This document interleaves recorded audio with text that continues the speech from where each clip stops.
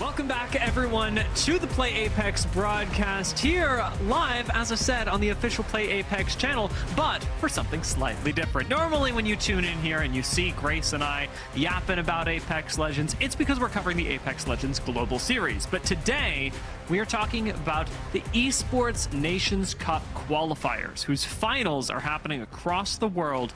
I want to say at this very moment, but technically in a few minutes. Grace, you and I are going to be covering the EMEA finals for today, as there have been, or will be, 4 different qualifiers running across the world. APAC South and APAC North have finalized theirs. Left to complete the circle is EMEA and the Americas regions to determine all 40 teams from around the world that will be going on to represent their countries at the Esports Nations Cup.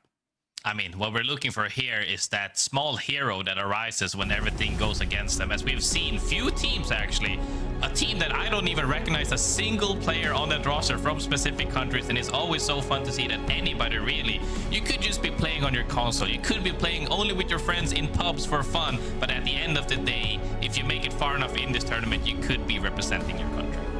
Let's take a minute and break down this graphic, because there are a lot of people, especially if you are just mostly watching ALGS, that may be hearing about this for the first time. Here today in EMEA, the way that we've determined what countries are moving on and not, the way the Esports Nations Cup is determining that, is on the left-hand side by the guaranteed countries and territories who have had the best performance through the Apex Legends Global Series. All the nationalities of our players and how well that they've done through Split 1 was totaled up.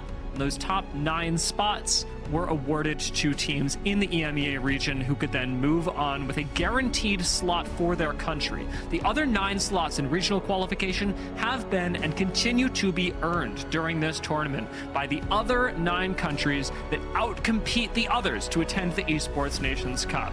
Throughout this qualifier, we have gone through, as it says, single elimination bracket, top 10 advance, bottom 10 are cut, all the way through to today, where we have the best 20 teams from EMEA, be they qualified or not. Because, Grace, we may have a full lobby, but a lot of the teams that you are going to be seeing here today are, in fact, already qualified.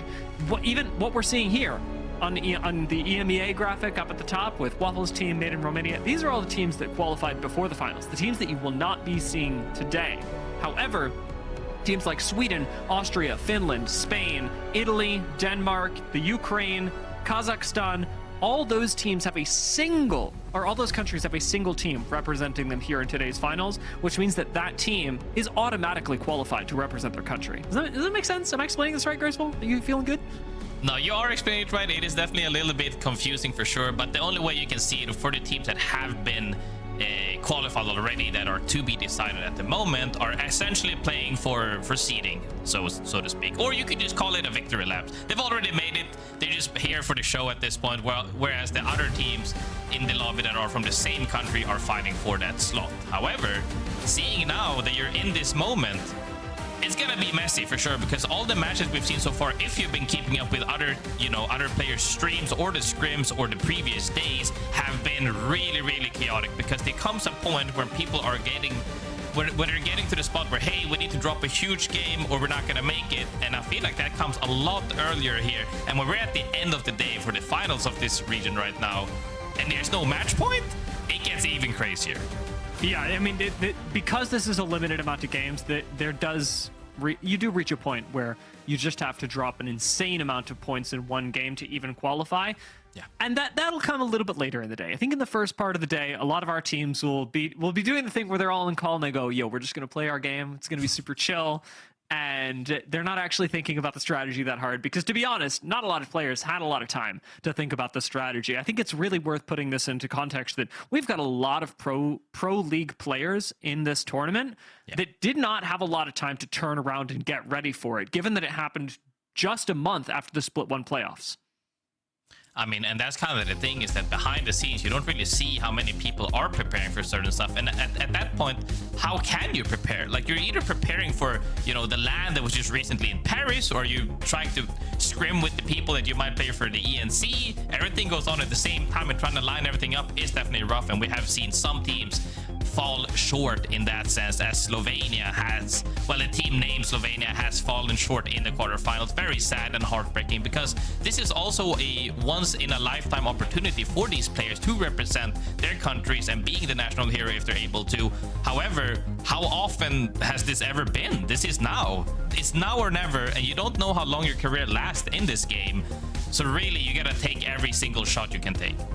Yeah, a lot of familiar names on Team Slovenia who, as they themselves mentioned, did not end up qualifying to the Esports Nations Cup for Apex Legends, and that is a sad story for Team Slovenia. However, we've also got a lot of happy stories coming into today. Though you won't be seeing Team Slovenia, you will be seeing an Italian team. Adam is playing on it, and I'm finding the name right now. Spaz is going to be playing today, and even though you will be seeing them playing in this finals, this tweet went out yesterday.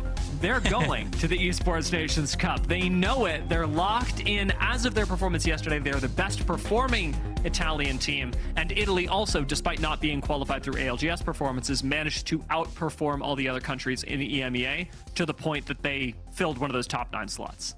For those of you trying to keep up, I hope this is making sense. Yeah, I mean, I will have to say as well, big shout out for players representing Italy, because I feel like that's a country that has been underperforming for quite some time. I still remember back in 2019 Poland days, where you had a lot of Italian players, and then it kind of went up and down, and now finally they're back here again to see some familiar faces. Is always very happy.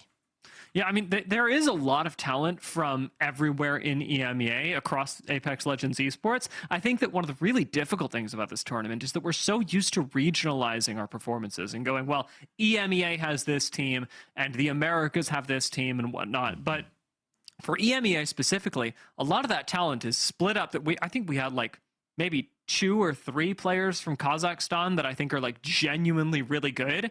And then we have a bunch of Polish players. In fact, we have a bunch of teams today that actually demonstrate this problem perfectly, in the sense that Germany, France, Poland, and the UK all have a bunch of teams that have made it to the finals. And those are the teams that stand to win and lose the most today. I mean, definitely UK. I think it was 5 teams even. Like, there's so many teams that are just, at that point, you're not even trying to reach for the absolute top of the height. You're just trying to drag down the other teams in your country down with you to make sure that you're at least as long as you're ahead of them, you're gonna be happy. Where some of the other teams are more, like we said as well, chillaxing a little bit. We saw the likes of Hake's team trying to represent Sweden. We saw a little bit of Spain as well. All of them are very chilled out. I even looked at them even before we went live here today, before we hop into this match that they will be playing in, is that they are very relaxed. And it's so nice to see, because you get to see both sides now. One team that is frustrated under pressure, and then you have the opposite side is just like, we're just having fun. And it's it's gonna be fun to see what happens. Yeah, I mean, I've seen some of the most stress that I think I've ever seen out of some coaches during this tournament, especially because there is a rule, for those of you unaware, for those of you who are hearing about the Esports Nations Cup for the first time, you can't have on your team more than 2 players who competed for the same Pro League roster. Yeah. Which has, in some situations, resulted in teams with players who have never played in Pro League before competing. Which is, as a knock-on effect of that, pushed some people to the highest cortisol levels I've ever seen. Because trying to catch up on how to play a very high-level, very professional game of Apex Legends is incredibly difficult. And there are a lot of teams, a lot of countries that are ill-prepared for that. And some of them, despite that ill preparation, have managed to clinch it together just in time. I mean, and that really comes to show. I think that a lot of people, let's be completely honest, I'm gonna go all out here. Apex has gotten a lot easier over the years, and it's for good reasoning. You gotta have, add new players to the pool, and you gotta make it more fun and refreshing. But I think that, honestly, even if you're on a coach, even if you're a sub, I think that a lot of these players have what it takes. And we even see some teams, some faces I have never seen before, and they might be considered the underdogs, but they can still make it through. And even right here with this tweet, as we can say as well, one of the teams that people probably assumed was going to make it from the country of Denmark was, you know, this familiar faces we have seen in the likes of Mandy, Dolphin, Nasky, but the ones who stands on top of all of those, the real true Vikings in this case, is nobody else. The tryhard Thor, Young Hong Kong with the boys that were 2 wash Danish. Very happy to see that. Yeah, I mean, this team, I think a lot of people gonna be quite excited about. Team Denmark, a team that for hardcore EMEA fans, I would say is one to keep your eyes on, right? I think that if you're coming in and you mainly watch LANs, tryhard Thor and Young Hong Kong, they might be lightly familiar, but they're not going to be household names in the same way as, say, Team Sweden might be. And Team Sweden is another one of those teams that we know are going to ENC. We just don't know how they're going to do today. Hakus on this team is like the prototypical household name of this guy is going to do well, this guy is going to, as he says, represent Sweden, go on. The question is, in this crazy lobby, because Graceful, I know one of your favorite words is papega, and I suspect you'll be using it a lot today. This lobby is going to be pretty wild. I wonder how far Hakus can make it in these finals. I mean, I think Hakus is gonna put on the big Pepega head himself and just run everybody down, is what I think. Like, he's feeling so confident, and even then, you have to remind yourself, he has Slab, which is already a LAN level player, and he has Vives, his former teammate, and also a LAN level player and former professional. They are probably one of the most stacked teams across the world when they head into the actual LAN for ENC, and I think we're going to see a really good showcase of that as well. But we have seen a lot of other countries around the world, if you've followed other regions as well. There's so many strong teams out there. And even when people are mixing up, because you can only have 2 now from the same roster from previous Pro League splits, is that even when they're switching out that one player, the team's level hasn't really drastically lowered at all. They're still equally strong. So maybe, you know, just having that core identity of the IGL and potentially the Anchor, or a core IGL and potentially the Fragger, it's just the fundamentals are always going to be there. You know, there are 2 ways to go about this, really, and some teams try and mix them, like you say. Sweden's got a good amount of firepower. They've also got a good amount of brains. There are a lot of teams that have really emphasized the firepower side of this, whether it be by necessity or not. I think we do have a lot of teams from the UK that are going to be going with this strat, that are going to be going with, well, we'll just see if we can shoot better than the other guy. And genuinely, that is probably going to have a good success rate today. This is a finals lobby. It is the hardest lobby that these teams have competed in all weekend. However, that is not to say that it is free from cementing. I mean, definitely. I think a lot of people are going to look at this almost like ranked. We're going to see a lot of scenarios where you're like, that was literally my ranking yesterday. I'm so sad about it. And that's going to be a ton of fun. But as you said about UK as well, they had so many people representing the country that making, like, how many rosters did they actually have? Some of these countries have only, you know, oh, we had the 1 roster, we maybe had 2. And then when we're scraping, you know, for the 3rd, we're almost at the bottom of the barrel. We're picking up my wife in gold, you know, to represent the country. Whereas, like, but some of these countries have so, like, the talent pool is so big, and at that point you just kind of, like you said, hey man, we're just here to have fun, pick up our guns and shoot, like, just fry our way through. And I mean, you've gone through so many different iterations of this as well. Not only have there been 4 rounds leading up to today, with this being the 5th and final round of the competition here in EMEA, but a bunch of different maps to do it on. And today, we're changing that up once again. Yesterday, some of our teams got the chance to play World's Edge. Today, we are going with E-District and Stormpoint across 6 games. 2 very different maps. And I have to say, Graceful, kind of the perfect way to close this out. E-District and Stormpoint are not just different maps aesthetically, but stylistically, I think they allow 2 different kinds of teams to succeed. Yeah, I mean, most definitely. I think World's Edge is a great example of sometimes you can really feel the game is against you in regards of, oh, the zone pulled, chokes are hard to get through, macro is very much impeded by other teams. However, on the flip side of things, E-District and Stormpoint's very comfortable maps. You don't really get stuck nearly as hard, especially on E-District, but even Stormpoint, I feel like every single game is in your hands to where you can actually close out the game. So if anything, teams that have been a little bit shaky should be looking really good in regards of map choice, Dia. But we're talking about the lobby where a lot of these teams are feeling comfortable and already happy with the success that they've had so far. That could definitely shake things up. Were you flaming Olympus just then? I think I heard a little bit of Olympus flame in your voice. No, I love Olympus. Absolutely love Olympus.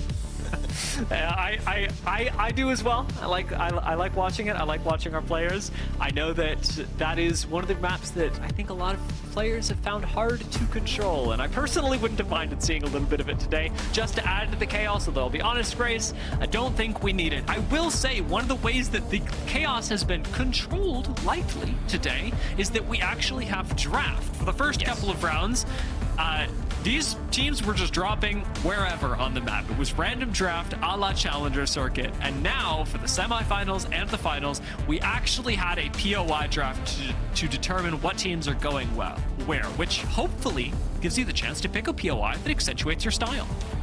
Yeah, I mean, I think that a lot of these teams, if we're talking about the teams that have played the previous splits, maybe even the previous LAN we just had in Paris, is they are feeling confident in the way that they're picking their POIs. But I truly think that you should avoid, especially playing, like, unless you have zone on top of you, you're not really opting to play zone very, very early. You kind of want to make sure that you're very strong, purple armors at least, feeling really stacked, because a lot of fighting will be happening in this match. Matches to come for today, and they have happened so far leading up to this point. So we're definitely gonna see if, you know, people are opting to change their strats. Maybe what worked before might not work today, because I even looked at some of the previous games for some of the other teams that fell short, and they just said, hey guys, one of the comps was the best one. It was like, what went wrong? And he says, hey dude, nothing makes any sense. There's no logic. No team is playing with their brains. They're just running at things because they need points, and that is gonna happen later on today as well. I think the first couple of games will be very chill. People are feeling things out, but as you know, in any tournament, once you go into the later matches, the pressure is gonna get added on. Yeah, I'm of the mind, Graceful, that for most tournaments that we see in the ALGS, scrims are useful up to a point, because scrims only prepare you so much for a tournament that realistically isn't going to play out like that. And the Esports Nations Cup has been, I will say, an exception. I think you needed to be scrimming every day as often as possible, because the way that scrims went is essentially how the tournament has gone so far. And finals, as we say, shouldn't really be an exception, because the first couple of rounds, yes, there were teams that were just way, way better than other teams running people down.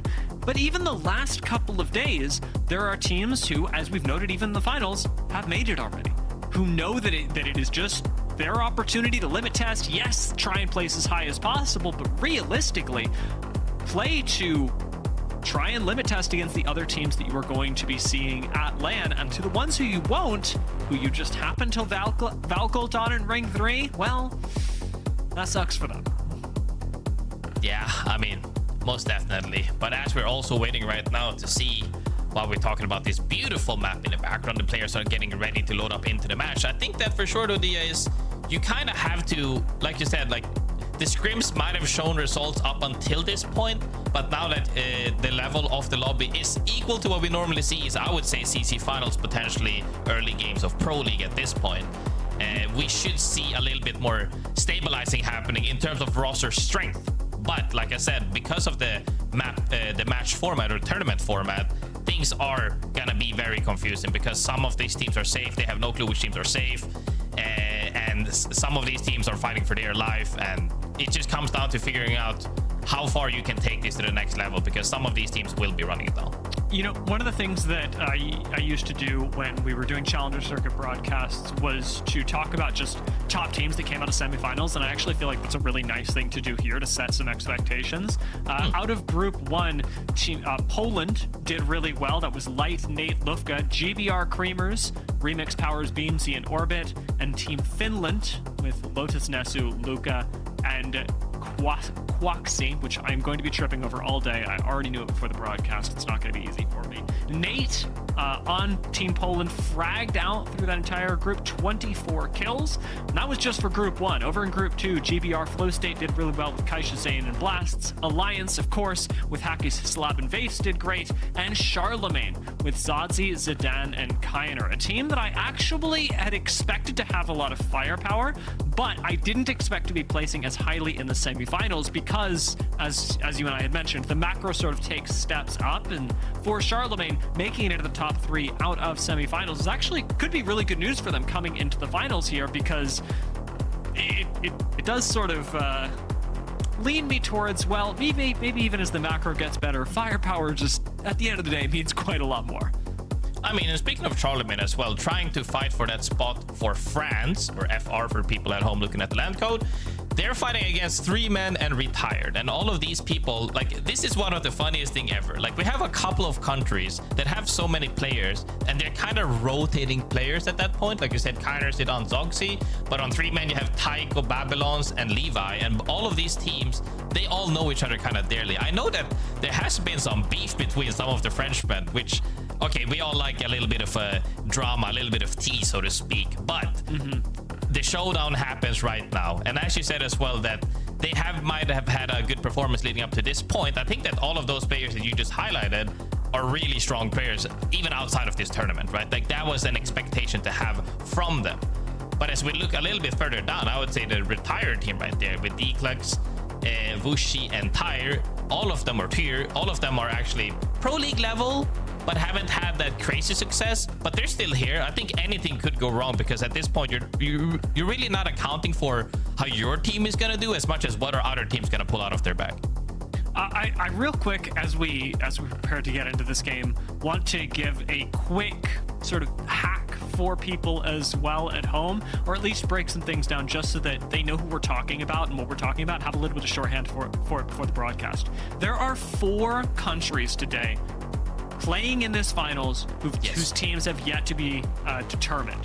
The UK, Poland, France, and Germany. You know that. You've heard it through the broadcast. What you don't know is the team names, because we are going to be referencing them pretty quickly. Apex is a pretty fast game. For the UK, almost every single team can be identified because their team name starts with GBR. We've got GBR Flow State, Creamers, Charvas, and Greats.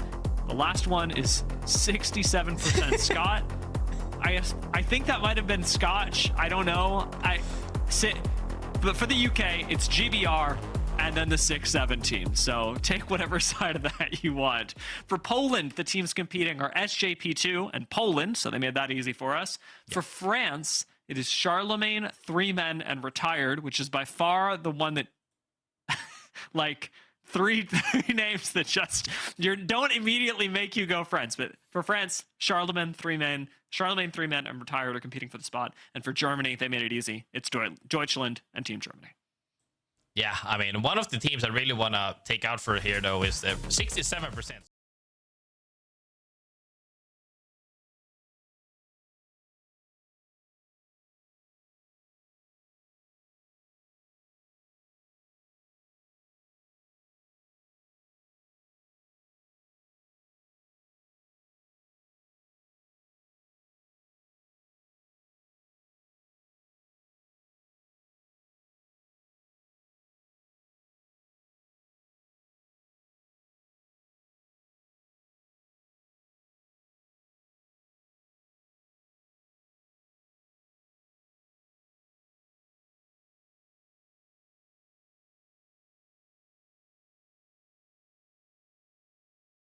Make that magical journey of making it all the way to the top, and at the end of the day represent their country. I mean, they've made it all the way to the finals, and you know, we're here in EMEA, where, to be honest, things are pretty calm in that way, right? We have a couple of teams that, yes, the stakes are high. There are teams today that need to perform lest they not have the opportunity to go to LAN. However, we've got Americas later on in the day, and America is a crazy region to have your eyes on today, because the Americas has way fewer teams way fewer countries that ended up making it to the finals. When we get there, it's going to be like 2 Mexican teams competing. Who's going to beat the other? Who's going to make it? And then just like nearly 20 teams for the United States going, well, we're basically... Oh, I don't know what percentage of the Apex scene the US is, but it's got to be close to 40 or 50. The US has an incredible amount of players, but here's like half the Apex scene competing for 1 slot. I mean, I think it really goes to show us with, you know, I think in the Apex history, the North Americans or Americas as a region has been considered the strongest for the longest of times, and it still hasn't really changed at that point. And it really just comes down to it. They're just so talented in terms of how many players they have, so talented in defining metas. Like, I think they were the first region to pull out really rollers all out, even though, you know, you could consider that coming from the background of the history of gaming culture in that region. But they have shown time and time again in LAN after LAN, always having a really high representative number on LAN finals for a reason. So of course that region is going to be incredibly competitive. It's going to be a ton of fun to see though, but there are a few outliers here for sure.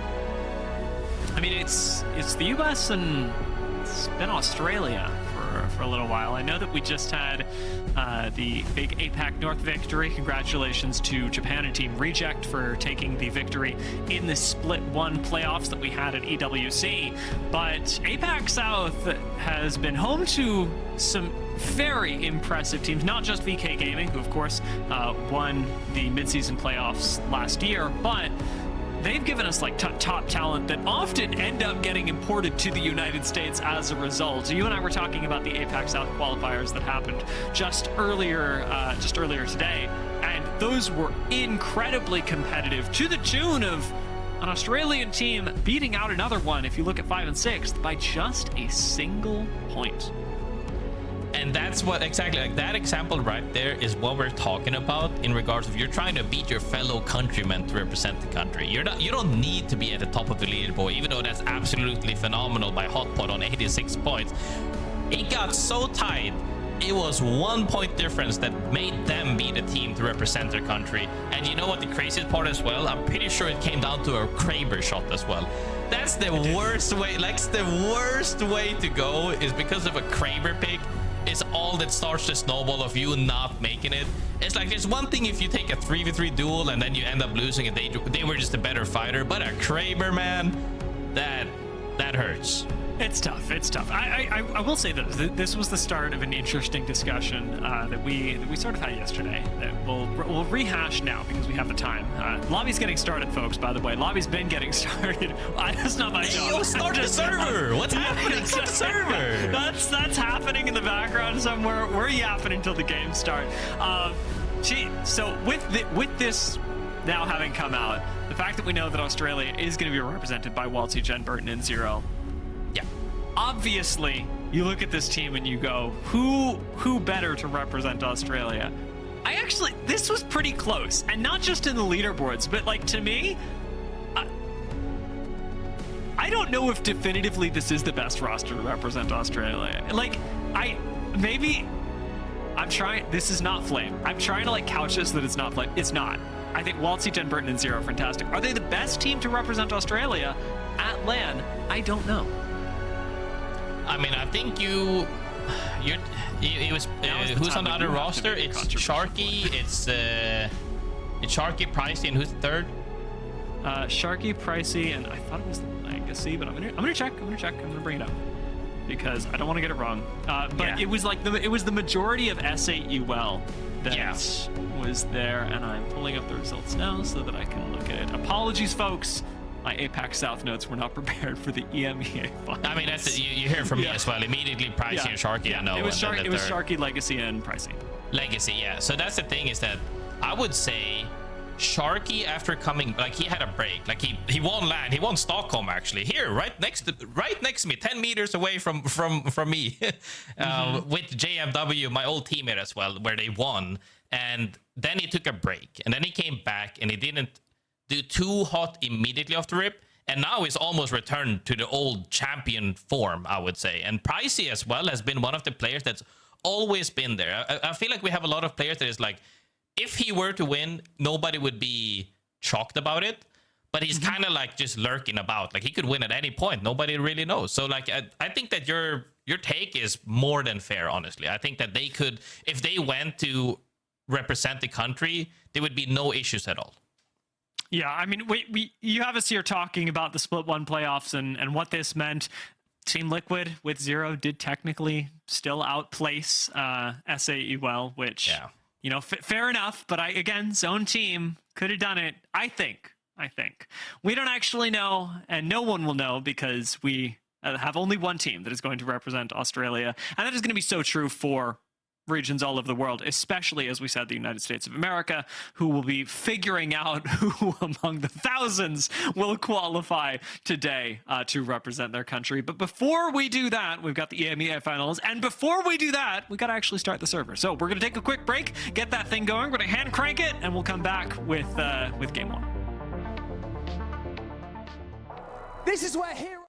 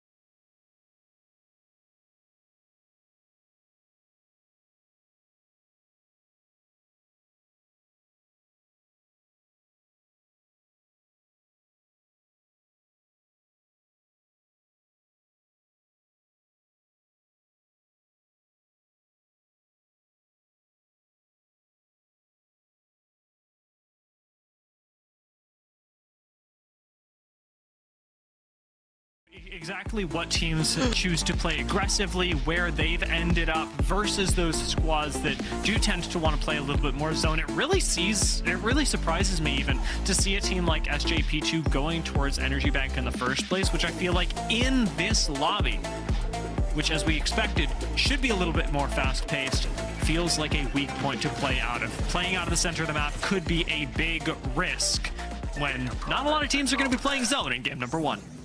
I mean, we're gonna have to see for sure. Finally, we're in game D. I have been waiting. It's been too long. I was here. I got called there to watch Apex gameplay, and now we're finally here. Let's get this going. All right. Well, the nice thing is for you, Graceful, that at least in terms of action, you're gonna have to wait a little bit longer because Apex Legends early games tend to be the point where we're setting up a lot of the strategy, of course, for what will happen in the later stages of the game. At the moment, a lot of that strategy is going to manifest with teams trying to find their way into zone, especially because it is the first couple of minutes, first couple of games, and we still have everybody unbanned. This pick, though, is coming at the hands of no other team than Charlemagne, who we mentioned was a big fragging team with the dad taking a swing on the head glitch of the stairs. They're going to take one bite and turn it into a chop. I mean, you said no action. Action has already started. This is getting me warmed up and ready to go. So much fun to see this action happening as they're now opting to get some information on the map to see if they can just rotate a little bit smoothly after that. But Charlemagne, one team, not afraid to take any fights, and that's a great pick and a great start. Still leaves us with everyone alive, though. Plenty of chances to recover as Charlemagne will go on the hunt for what I can only assume is more kills as the game goes on. Question about where this zone is going to end up, though, can actually be answered via multi-view, as we talked about that a little bit earlier. If you're interested in watching a specific team's perspective or just getting a better general sense of what's going on in the map as we hop between POVs, you can always check out the map stream that we've got going on there, as that'll give you the best information on not just what teams are running the others down, but importantly, who's positioned well for the end game. I mean, and here as well, seen... Oh! Team Spaz gets eliminated. One of the teams that we so happily talked about being incredibly happy so far fall a little bit short. Not going to be happy with that going out in the 20th, but don't have to be too sad as of yet, at least. Only game 1 has been going. Zone will be pulling all the way to the east between Heights and Stadium. It's gonna be maybe even a little bit further up. It's gonna be a lot of fun to see how this game plays out, because this is one of the zones where a lot of teams actually have playability. As you can see right there, all the teams are stacking up far east side. Deutschland right there on top of everybody. SCP2 flow state. All of them are actually playing zone early, but we see 1, 2, 3, 4, 5, 6, 7, 8 teams, 9 ready to hunt on the edges. All of them are opting probably to go really late to get some extra armor, extra juiced up for those fights. But we might see a big fight here up in the northern side soon. Noticing that Alliance has chosen to, with their POI, I think naturally play more of an edge style. They're not really rushed to get into zone. However, right now, we do have a bit of an engagement. Team Spain going up against Austria right now with Uchako trying to get a little bit of high ground. It seems like they are not quite on the same page about how they want to take this. Team Spain got to heal back up, and Uchako might want to get right back out of there. One of the Team Spain actually played really strong so far up until this point. They are feeling happy about themselves, though. Seeing them TDM earlier a little bit today as they were feeling warmed up and ready to shoot their guns. Already taking fights onto teams now as they're fighting for positioning on high ground. Unlucky, however, takes out Morrison. Unlucky's got a pretty distinct advantage in this lobby over many teams. That guy's fragging potential is incredible, and it turns into 2 full thirsts as well, meaning that Uchako cannot immediately get his team's banners back. In fact, we might go on a little bit of a chase right now, with Team Austria having eliminated the majority of Team Spain. Unlucky is going to go all the way to the Void Nexus, while Cloud looks for where Uchako may have gone. Actually pinging out a different team right now. It's Team Finland that got spotted there. Cloud quickly pivots to the left and continues chasing Uchako. We may still be able to get hitting for flesh in the sky. Cloud is on the chase, relentless. Team Spain without the S is all I'm saying right now. Uchako is trying to survive as hard as he can. They actually do let him go because he made it out and he's very happy about that, but unlucky.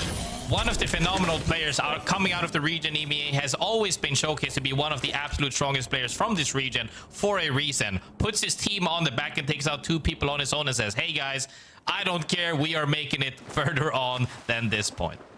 Uchako's now out in Electro Dam. Austria know this. They also know that there is a crafter in that area. For a team like Retired, though, actually getting your team back into the game is a lot more difficult. You have to find a way to the beacon, but you're doing so from a much more central spot in the zone. Retired now moving out, actually up towards Electro Dam that we mentioned Team Spain will be respawning at. So it's entirely possible that upon rezzing, both these teams fight each other.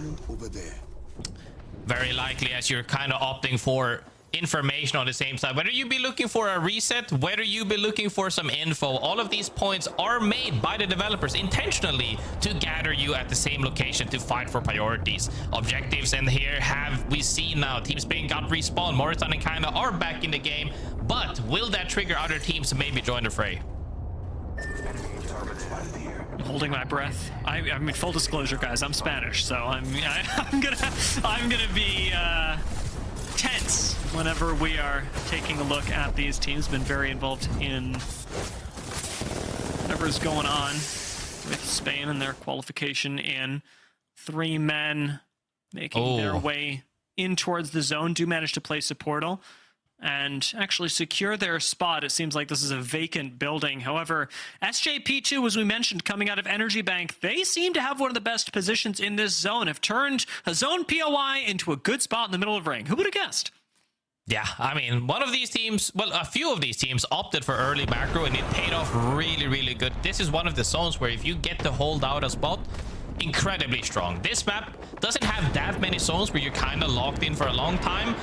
Because on the opposite side of things, people are fighting for buildings right now. Team Ukraine is trying to hold off. They're down Adam right now. Still got 19 squads left. And again, even if Team Ukraine does go down here, they're in. They've made it to the Esports Nations Cup. Whereas GBR Creamers, they really need the points to beat out the other teams from the UK. Nade's going to blow up the door, but Orbit actually is going to go down with a nice swing from Beamsy on the opposite angle. GBR Creamers look for the finish and are going to get it. Another point on the board for them as Beamsy quickly disengages. Needs to grab a portal to get Orbit back into the game, but Orbit's actually being rezzed right now. So it could be that GBR disengage and don't even lose a thing. This is actually crazy as well, as you said. The Creamers really need every single point that they can on the board to see if they can make it further on. Because I actually had them up as the 4th team for that country making it through out of 5, by the way. So if they can make any splash happening right now, now is the moment to gather up all of those points. But Remix Powers, one player, I think a lot of people have seen upgraded over time, has what it takes to make it happen. But Greats, one of the teams as well, currently number 2 for that country in my opinion, to make it through, are also showcasing why they're standing atop of everybody else. Deutschland pulled off a respawn in the meanwhile, and literally as they were hitting the ground, ended up just expiring.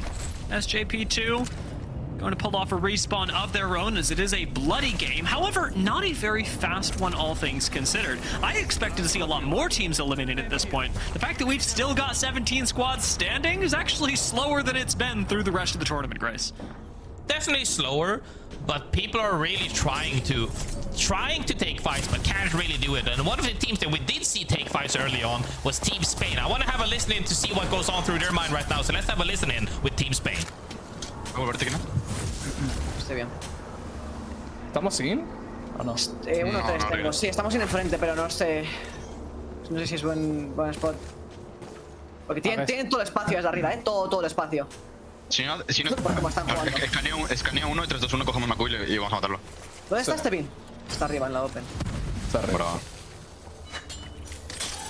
Está mal espacio, ¿verdad? Podemos jugar más para atrás, tipo detrás de esto y esa mierda, ¿sabes? Ahí sí estamos dentro.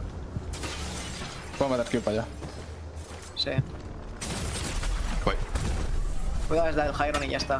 Ok, deja el TP aquí en esta zona ahora. Tengo tics aquí, van. Azules. Esos son de las Sí, son en los la casa. ¿Puedes escanear esto? ¿Esto está libre? Sí está libre. ¿Sí está libre? Pues deberíamos ir para allá. Sí. Pero te digo, sí está libre. De que aquí hay un game PB que no está mirando, pero sí está libre. Vale, 3, 2, 1, cross todo el mundo. Cross. Meto aquí.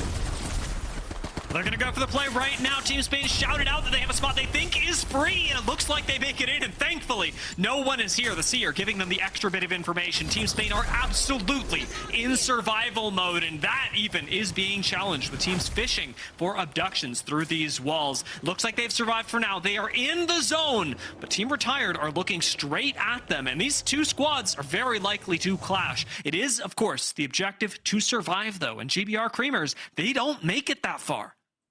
I mean, not only survive, but get some points on their board. They are in the zone, but not in the next zone, Dia. I was about to say, I can't understand anything except I heard siesta, which I think is a party. but outside of siesta, which is a good thing, everything sounded, like you said, a little bit hectic under pressure, but they made themselves safe for the moment. Very happy to hear, though, overall, as the zone is going all the way further south of Heights, actually. The communications on teams in their own native language, I think it's a very fun thing to hear how teams are communicating, because it's very different from country to country and language in general. Like, I think communicating in English always sounds so much more badass. An example, I'm like, hey yo, I'm swinging right, hold my left, right? In Swedish, that doesn't sound nearly as cool ever. It's just, what is it in Swedish, bro? In Swedish, it's literally, okay, if I'm saying I'm going left, hold my right, in Swedish it would be, jag tittar till vänster, håll min höger. Which is like, okay, it sounds like I'm just chilling. I don't know. Yeah. It doesn't sound like I'm in Navy SEAL, you know? Yeah. I mean, the English language does have the whole history of MI5 and Navy SEALs going for it. So yes. I do totally see it. There's a lot of mystique there. And I mean, I know that we've got a fair amount of teams corresponding in English through this tournament as well. I haven't actually had a chance to listen to Alliance comms, but if you're on multi-view, you can tell us whether they are coming in English or not. I know there were a lot of teams that, much like Team Spain, tried to communicate in their native tongue and found out that because of their professional backgrounds in Apex Legends, there was a lot of shorthand that was just very difficult to translate on the fly. Decided to end up going with English as a primary language. Charlemagne, another one of those question marks, although right now, I would imagine the communication is a lot of screaming. No matter what it is, it's, we're dead, and I don't know what language that has to be communicated in. 3 on me, we're dead. That's pretty much the comment right there, as Charlemagne gets absolutely decimated once they went past that wall. And we saw earlier as well, the team representing Sweden essentially did mop up that team as well. We saw them, the likes of Vives, Slabs, and Hakis looking really strong. This one of the teams, however, Luca QT, I have seen them. This is the Finnish team, I believe. And Luca QT, I know I've killed him in ranked. The two other people I have not. They probably killed me in ranked, let's be honest. And I hope to see if these guys can pull it up even further, because they are so far, though, 2 KP on the points, triple purple armor, and they're playing Axel Sparrow Seer. I am looking forward to this. And this is exactly the kind of performance that we want, because we know that we're going to be seeing this team at Esports Nations Cup. How far can they go now that they've reached the finals? They are pushing GBR Greats off the high ground, but with a nice clip from Feud off the Hemlock, it looks like GBR Greats are turning this around. AJ does fall, though, and Henchman's got to answer this back somehow. Takes the high ground inside the building, notably, to at least keep himself safe from any sky nades. Well, Unlucky is finding a few more knocks in the kill feed as well. Kuro, one suffering that. AJ gets rezzed on the low ground, and Team Finland end up disengaging for now. They let the 1 KP go. It's better just to survive, not fall this early in the game, than it is to try and pick up a few more kills. Noticing Team Spain suffering as well, as Morisan does fall in the kill feed. But on our PV, however, we see Alliance getting EMP'd at the moment as they're about to fight as well. The zone is actually closing in. Is it Quakir versus Alliance in this chokeway? Actually has the front of them. Gonna have to fight there. There's no way out there. They do have an altar to help make plays potentially, but it's gonna be a tough one. EMP already came out and Seer ult as well, so it's gonna come down to gunplay. Finland pulled out the respawn. Well, Alliance do lose Hakis to some nice angle play. Team Spain are going to go down, and Alliance may soon be next. Being circle kept at the moment, it is not looking good for them. Slap going to take this off angle right now. Lands with a decent bit of damage, but is 50 health himself. What I'm going to call is Quaskir. Yeah, Quaskir. I mean, we're all doing our best here. Is going to fall before them. Alliance get the placement point, but ultimately do still go down as this ring closes. We have got very little time left. Only 2 rings left to go, and not a whole lot of teams are going to survive it. Let's take a listen in with Team Poland, who are farming the lobby right now. Shoot him. Look! One. I'll take one! Let's I'm looking for him. Finish. Can we finish the bottom? Bottom died. Okay, very good. Yeah, I'm taking Zone full fire. We need to look next rotate. We killed from this building, by the way. Take bodies. From this building. Can you kill him? It's so guy. Yeah, I'm trying to throw him for you. He's here. Yeah. Can you kill him? She's come. Come. Yeah. Let's get him. Tell you, Alito. I want him. He's running out. He's one HP. I'm killing him. Okay, yeah, I'm chilling. I can look over if you play my set. I'm on hide. Yeah, we need to look for a No, play. no, we Probably have to play like either crawl or floor of building or the right top. No ultak. I can look for you. Can we not play for roof? Yeah, get one ulta BMP probably. Wait, they're fighting free story. They fight one free story. Team Poland are going crazy right now, but they've taken the perfect time to slow things down. As this next ring is about to close, Team Poland are not in it. In front of them, GBR Flow State control their entrance to zone. SJP2, who have been playing zone since the beginning of the match, have unfortunately been eliminated in 7th place. See whether that is enough to keep them in the lead, as right now, it seems like Team Poland, the only other Polish squad competing, doing significantly better, at least in this first game. Whole roster is super stacked as well, though, with the Nate, Lufka, and Light right there. But underneath them is one of the teams that you said, Flow State, looking really strong as well. One of the teams, however, that need these points very, very heavily, because other teams from the same country has been scoring points overall, so they might be opting for a fighter. But the team above them has double red armor and purple, and that's not something you really want to fight early. If you're GBR Flow State, you really want to use Team Poland above you to your advantage. Make sure that they are helping you hold space for as long as possible before hopefully disengaging. As to whether that actually happens, as to whether the ideal scenario occurs for GBR Flow State, we're going to find out. Well, Team Germany, dead center of the zone, have a really good chance of winning this game as one of the two teams competing for their chance to represent Germany. This zone could be the thing that makes that possible. A win here could be all they need. Yes, huge win here if they manage to get it, but fight breaks out here between Poland and, as we saw as well, Flow State, as it comes down to a really one-sided fight actually. Flow State gets absolutely decimated by Light, Lufka, and Nate, and now they have a walk-in, but they're not really pressured to walk in yet, but the pressure is on the other team to make a play, and they make that play. Team Austria going for the third party right now, may be able to make it happen. It's a nice move from Light to get up to the high ground, place the TP as well for the chance at a recall, but with only 1 second left for this zone close, Poland are trapped in the cooker. It is a pressure cooker, and it is getting hot. Light reinforcing as much as he can, is just trying to outlast the other squads, but with Unlucky falling, we could see Austria at the beginning of the end. Have Poland turn this around? Will Light be able to get out? Out he goes with the portal, but he gets fried on the way in. He gets taken out, but that was very, very costly for Austria, as they're now getting absolutely collapsed on by Finland. Taken out, actually. Team Austria gets absolutely eliminated right there. But we also saw Team Germany getting a couple of KPs through that window. One of the teams that are competing right now for a slot to represent their country, doing their absolute best for the moment, and it's looking phenomenal. They know exactly what they got to do. Team Germany have to play small, small, small. They have the zone coming to them. They have Caustic. They have so much control over the space in front of their building that nobody can effectively siege them. They're invincible inside here. And GBR, they're going to have to fight Finland on the way in. EMP is going to go out, eliminating a lot of the safety that Germany has. But Finland reset on the head glitch on these stairs. This fight is going to be scary, but not scary for Aku as a Kraber and hits the body shot. Could have been in the head, but a body shot, it starts now. Everybody has to respect the fact that he has one, and they're looking to play space slowly but surely. Like you said, play it small. Get those traps out. Make sure we don't get swung as he swings to the left side right now. No! Huge RE45 spray. Team Germany may have bitten off a little more than they can chew, but Aku, he's got a big mouth, picks up another knock. Kuro, the last one left. Can he survive until second place? It looks like he can, but GBR Charvas are going to take the win. GBR Charvas gets that win from playing patiently, as we saw Team Germany with Aku making huge plays on that side as well, needing to swing for that. They said, hey, we play for kills, we play for second placement instead. Managed to lock that down for sure. But Arctic, Vasate, and Jans, a team that you can't count them out for anything.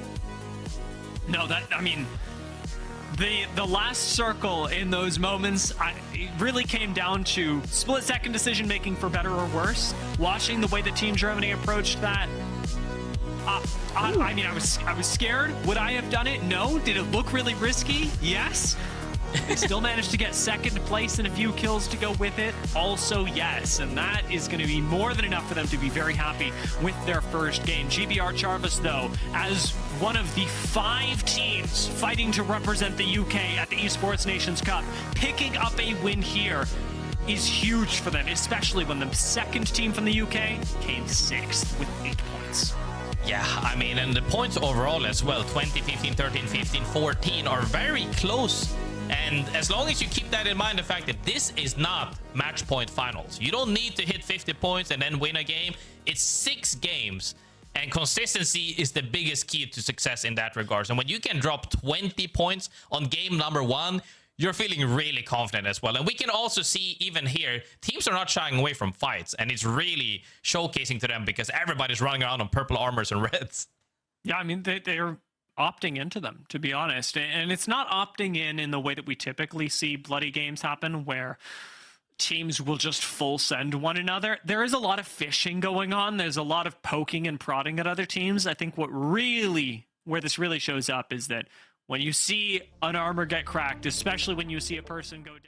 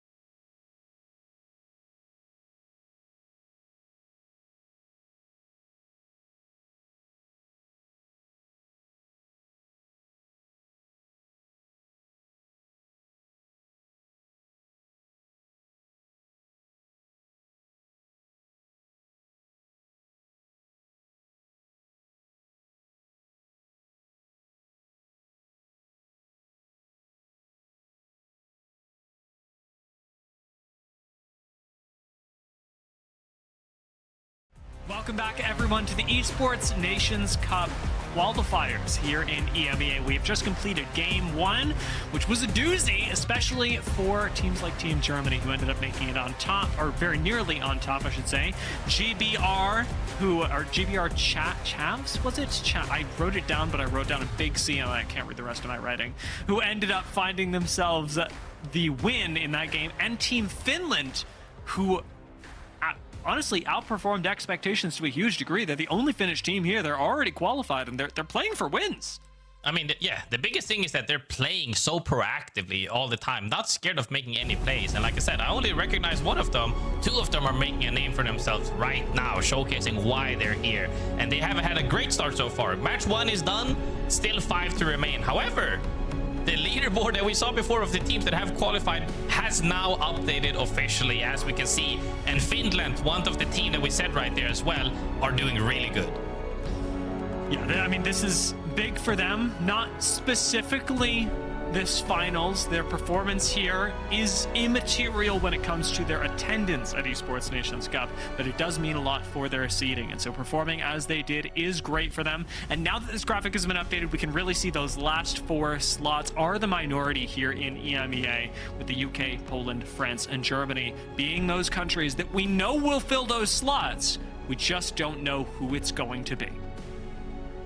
I mean, yeah, most definitely. And that's kind of the thing, like that really goes to show how many teams in this lobby right now are fighting for their slot. Like we said as well, it was, you know, Germany, UK, France, and Poland as well. Even though it's only 2, like, even though it might only be 2 teams in this lobby fighting for the same spot to represent their country, the stakes are so high still, because you still want to be the first one to make it to, like, to the World Cup, to make the be your hero for the country and get that showcasing. We've seen the support all over the world for different sports, different games, but Apex is here finally, and it's so much fun to see. Do you know how hard it has been to explain to all of my non-Apex watching family that yes, the Esports World Cup is happening, but that's not the one where the countries are, even though the FIFA World Cup is where the countries are. World Cup for esports is just the other tournament that's big that all the esports are at,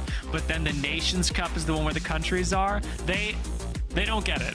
It doesn't make sense. It has been a mess trying to explain it, but it's worth a shot. It's worth a shot. Going into game 2, Alter is going to be banned, and that at least is going to be a lot simpler to break down. So no Alter, no more walking through walls, which on E-District is a huge boon to a lot of teams.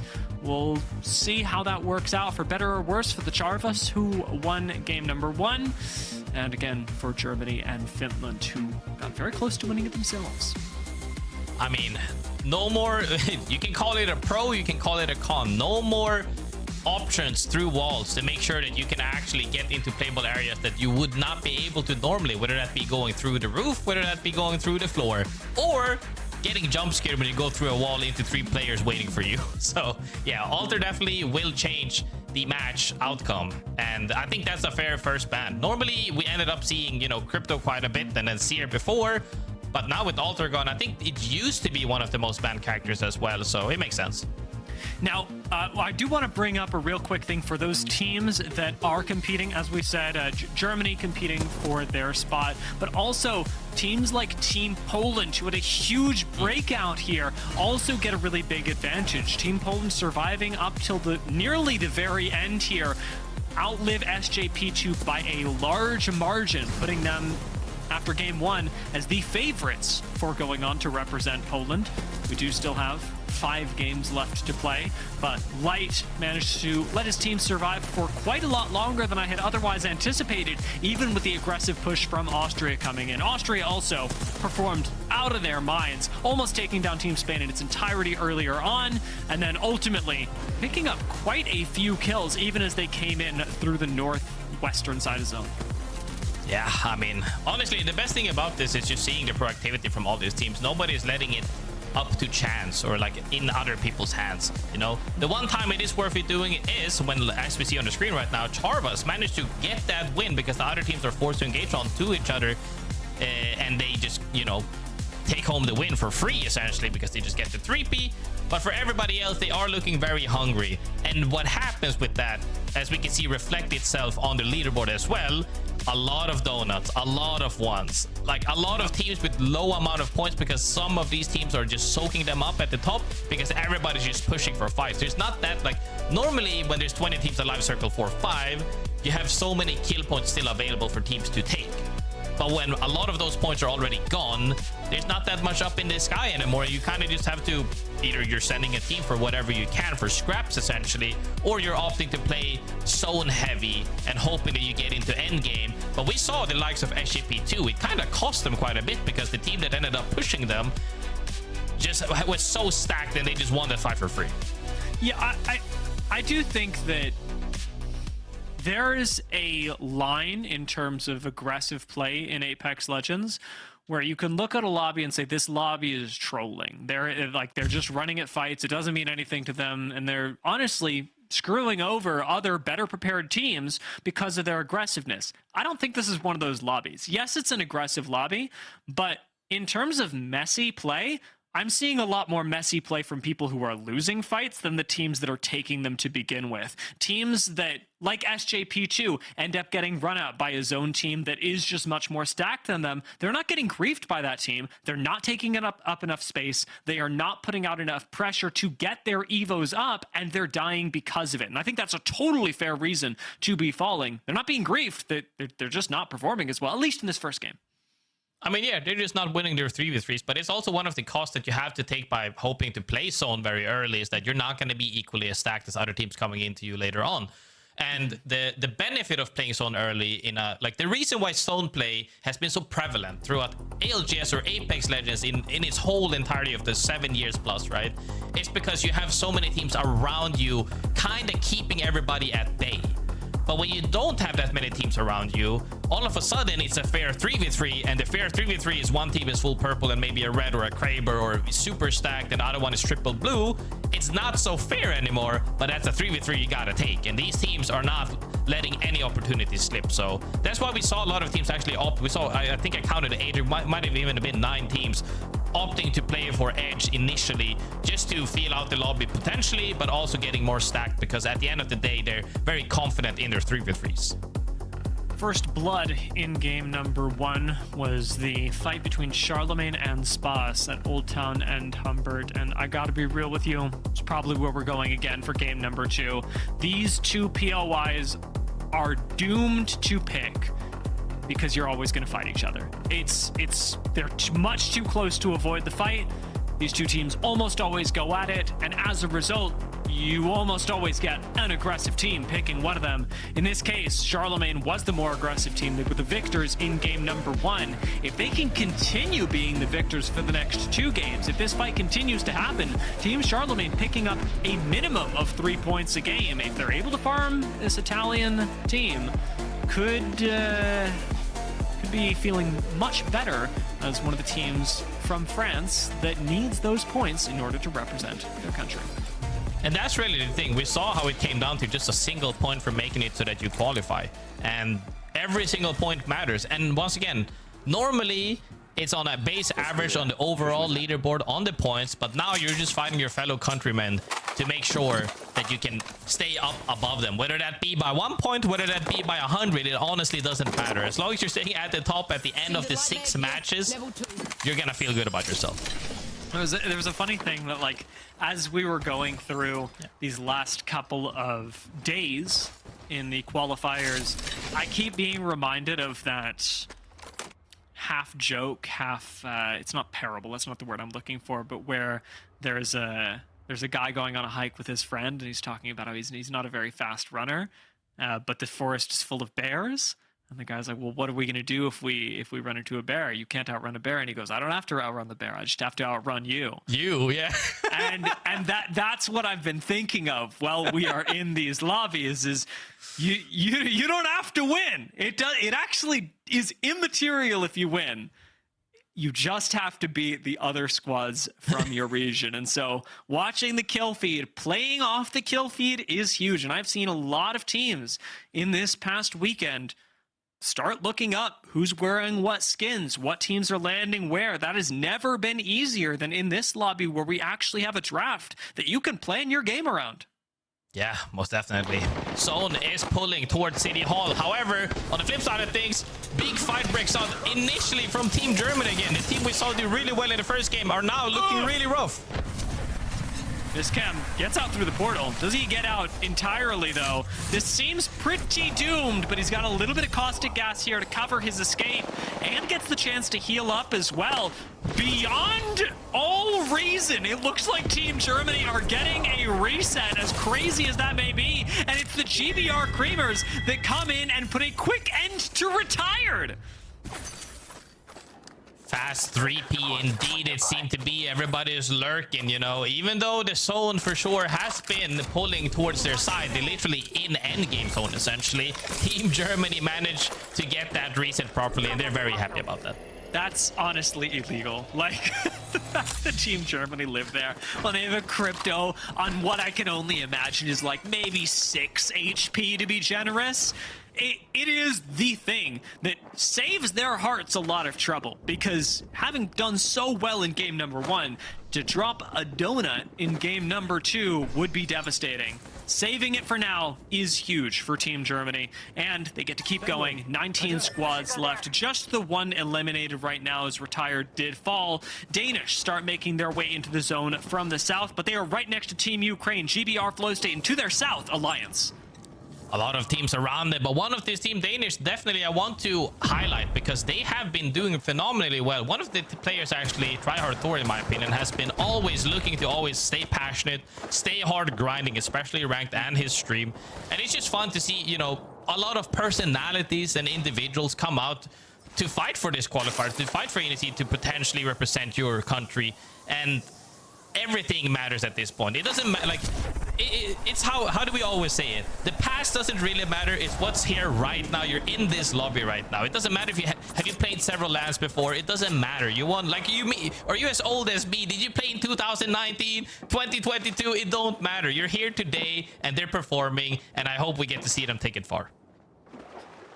Alliance get that chance again, having respawned Slam to make themselves a full 3 once more. They are still sitting far in the south of this map, while Zone continues to pull us up towards City Hall once again. SJP2, the Polish squad playing out of Energy Bank, playing Zone in a lobby like this, have put themselves in sharp contrast to Team Poland, who are running with an Axle and around the edge of the ring. Which of these two squads? And actually, I'm very invested now, given that these two Polish teams have very different play styles they're bringing to the table, as to which will succeed. Definitely, but we'll have to say Team Poland here. Light, Lufka, and Nate are really strong. All three individually strong players, but their success behind them as this trio is huge. It's going to be a huge wall for SCP2 to scale. But you did say that they were in endgame zone, chilling. This team, however, on the opposite side of things, are looking for fights. Fuse getting pulled out already by Charlemagne. Surprised to see that when things like Watson are still available to be picked. A nice silence goes out by Nate, but having that not connect, he's at least going to get a little bit of information with the ult. Team Poland seem to have turned on the defensive right now, just to make sure that they are able to stay alive, at least until being able to get some sort of crack, some sort of entry frag that Charlemagne are continually denying them. And all that denial comes with a price, because Team Poland are getting wrapped on by Alliance. This is now a 3-team battle, and Poland have very few defensive resources left. And that's kind of the thing. You have to keep your fights short and neat. If they become messy or they take way too long, teams are going to opt to 3P you almost immediately. And yeah, Team Alliance looking to make some plays happen right there. And they couldn't really, though.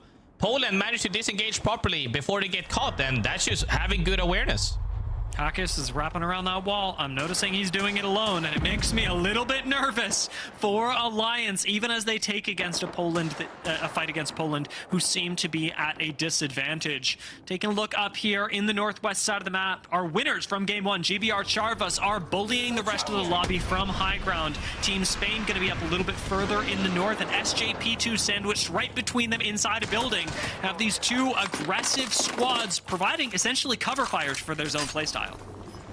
Hopefully, though, as we're seeing right now, SGP2 in the dead center of the zone once again, but the zone actually pulled off of them. And Cloud and Brent, Danish, right? We talked about earlier, we're hoping to see them do a little bit better, are in a fight. First down goes to them. Unlucky. Once again, gets aggressive, but can only do so much by himself as Team Danish fight for their lives, maybe fight for the win. Let's take a listen in with them. Ja, han er her. Med 2 TP. Ja.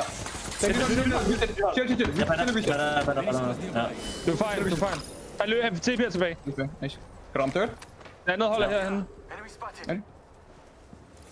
Bro, de sidder herhenne i hjørnet. De sidder her i hjørnet. De kan ikke. De sidder bare her i hjørnet. Den ene er i drone. Du kan bare nægge det her. Raze er lige løbet rundt om. Han sidder i drone på bænken. Ja. Han tog TP. TP. Ja. Jeg holder tilbage, jeg holder. Nice. Ja. 10 meter langt væk. Ja. Finder I? Nice. Jeg tror, vi skal ramme UAV og se, om vi kan komme dybere. Vi har third info. Ja. Ramme UAV.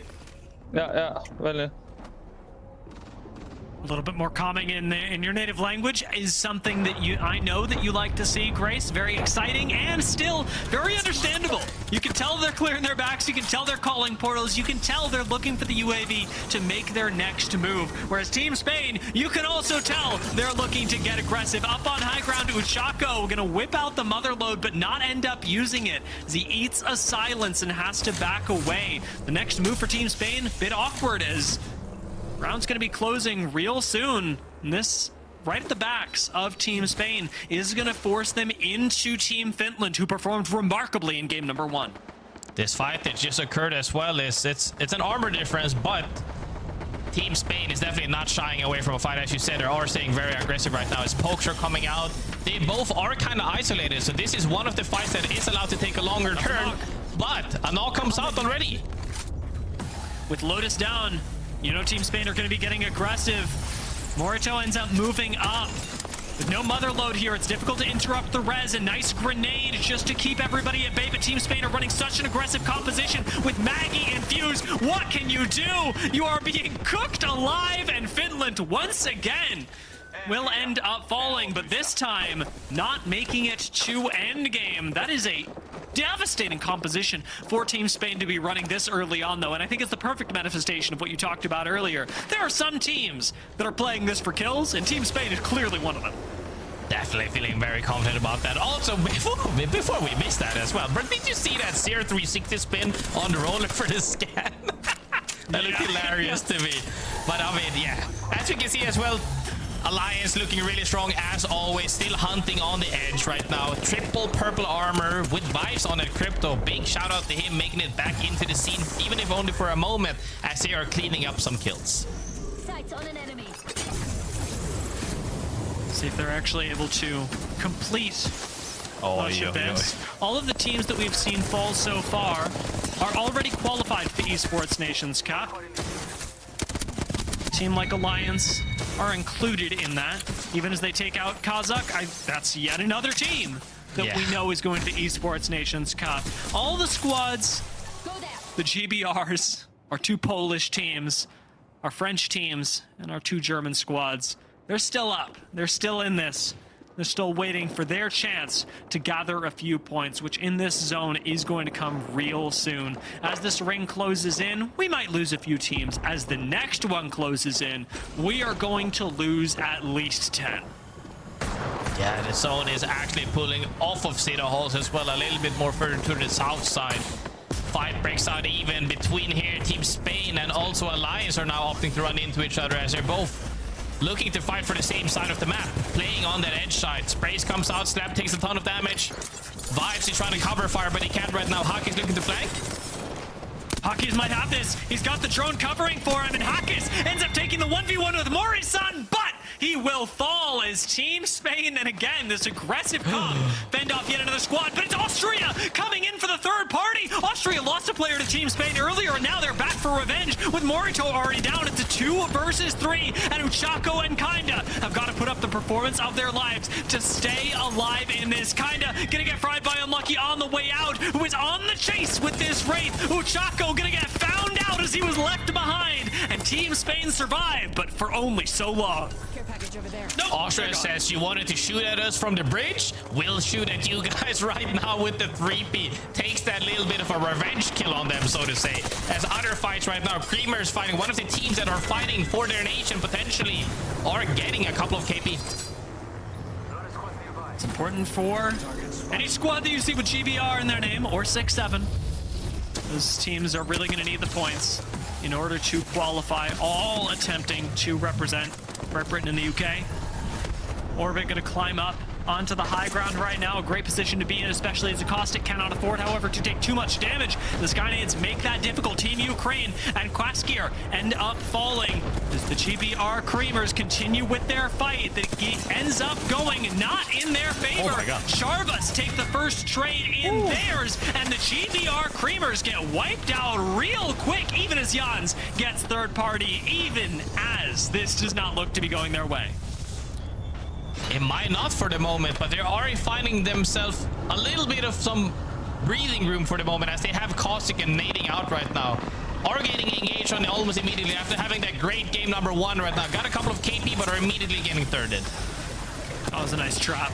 440. Cost a lot of damage. 3 men going to try and disengage here. This actually might give GBR Charvas the chance to reset. Team Spas will, however, fall. It's tough for them, but again, this is a team that is already qualified, so my sympathies, but that's all you're getting.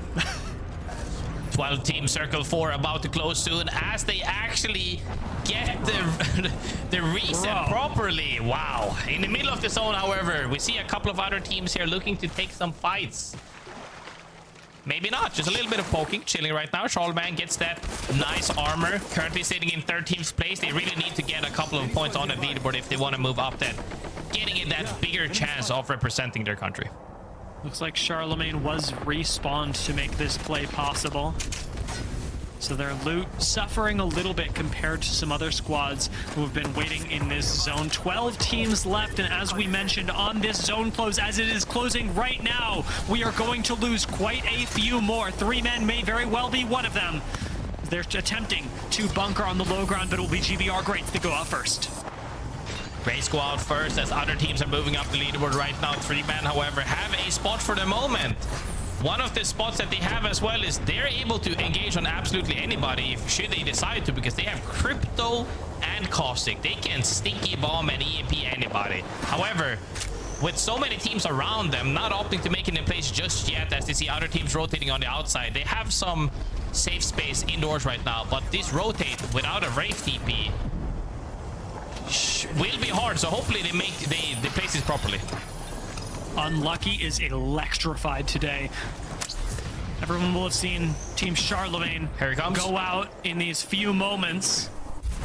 It was mostly Unlucky that managed to make that happen. Well, I mean, that was foreseeable. That was foreseeable. I mean, I said he needs to Wraith TP to macro. He opts for a kidnap? Yeah, what's happening in these lobbies? 10 team circle 5. Let's see what goes on. Okay, hear me out though. If they have ult excels, then 30 seconds left is enough time. You need like 2 ult excels, and then you're gonna be good. Then you're gonna have a port again. If they don't have ult excels, 3 men are trolling, and there's no 2 ways about it. That's it. That's where I'm drawing the line. Does seem, though, Team Germany, one of the teams we saw as well, do really good right now, still in this game. That's the thing, you just need to put points on the leaderboard to make sure that you stay ahead of your fellow countrymen. But if you can't do that, well then, you might not be the last team staying alive. But Close State gets taken out. One of the teams we actually opted to play really strong this lobby has been dying quite a bit.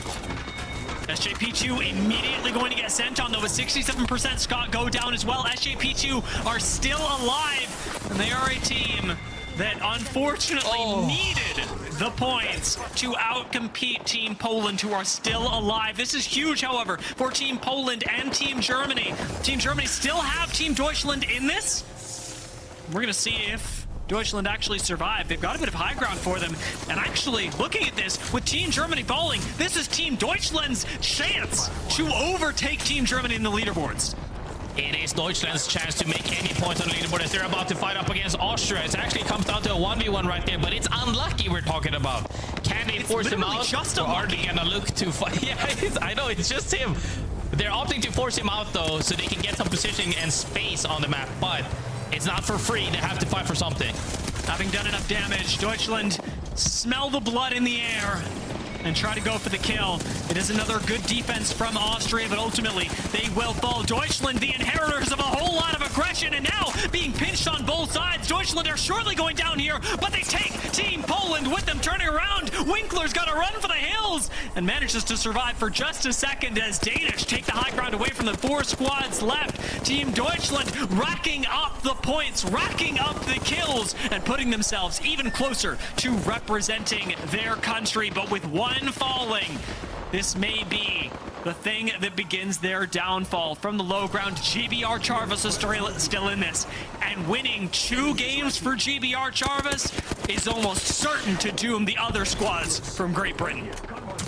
Most definitely. Huge performance from them so far out of these 2 games. Still racking up points as we speak as well. 3 men gets eliminated. That's another placement points. All of these points will matter so much at the end of these 6 games. But right now, Charvas feeling really good. Have a lot of playable area as well. But it comes down to actually a 3v3v1. And now they should be racking up that last poor rat right there. It's going to come down to a 3v3 versus Danish, who has high ground, who also has a Kraber. Yeah, Jan's getting Krabered there does almost end their run. Deutschland, however, just disappeared. So, with 2 squads left, Making contact with enemy. it will take a miracle from Charvas. The second place is good for them. And a reminder, Danish are already qualified, where GBR Charvas are not. GBR Charvas still have to outperform other teams coming from Great Britain.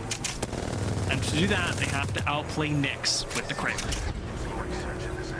Nyx not only has a Kraber, he has unlimited ammo Kraber. Knowing that he has a Kraber, Charvas is not looking to give them any chance at all to take any heads. And that's the right play, because the zone is actually ending down on them. But Danish will have the absolute high ground to make a play from coming, to make a play and being proactive on him. As he's side angling right now, Nyx misses the shot, but it doesn't matter. EP comes out and the spray comes out. Arctic on 1 HP. And he actually closes out that match right there. Huge win from Danish. Danish and Charvas. Right up until the end, Charvas made a pretty good play for the high ground. Still ended up coming in 2nd place. It's not a bad game for them, though. I think a lot of teams, especially at LAN, would look at a performance like that and go, dang it, we didn't win. And I know Charvas are going to be feeling that way, but there's going to be a voice in their head that goes, actually, we don't need to outrun the bear. And GBR Charvas, they are outrunning their friends. They are outrunning their friends by a healthy margin. 2nd place in this game. 2nd place in this game, with the next team from Great Britain being 67%, Scott in 9th. Danish, who again are pre-qualified to represent Denmark, take this win, and it is a big boon to their seeding. Deutschland, however, competing with Team Germany, are 3rd and 7th, respectively. That'll be interesting, especially when we get to the overall leaderboards, as I am not sure how the math worked out. Deutschland got a lot of kills this game, which may very well have equalized these 2 teams. We can really see the difference in playstyles matching through as well throughout these matches, where some teams are playing safe. I would really like to say SGP2. Been playing zone back-to-back and kind of first game struggled, this game mediocre or average. I would say 6-point average is the one I always aim for on every match, and that's not something you're really happy with when the team Poland has been just frying 10 kills and placement points on top of what they had previously to that. So you can really see some of these teams shine through everything and they just say, hey, we're just gonna frag out, and it really has been proving them well. You know what's crazy about this is that I was just thinking that we really have a spectrum in Apex, and on one end of it, it's SJP2, and on the other end, it's Team Spain. And the funny thing is, they're right next to each other in the leaderboard. 9th and 10th, SJP2 and Team Spain. Now, SJP2, yes, they've got a lot to compete for. Their story is completely different, but this is really interesting because neither one of these playstyles is working perfectly. There has to be some compromise. There has to be some adaptability. And GBR Charvas, Team Poland, are giving us that. Those two teams at the top of the leaderboard are not just demonstrating one playstyle pushed to perfection, they are demonstrating the flexibility needed to succeed in this lobby. And that's kind of like you talked about being able to adapt, and the biggest thing about being able to adapt is like a dance. You sometimes need to pull, sometimes you need to push, and being able to go in and out of that timing of being able to, hey, we need to play center zone right now, or we need to move out a little bit so we don't get absolutely inted like we saw a couple of these teams get. It's a tough thing to do, but I hope to see if we can see some of these teams adapt properly, because right now, before we head into the next match, we're gonna take a little bit of a break before we head there, so make sure to grab some snacks, relax, and come back in just a little bit.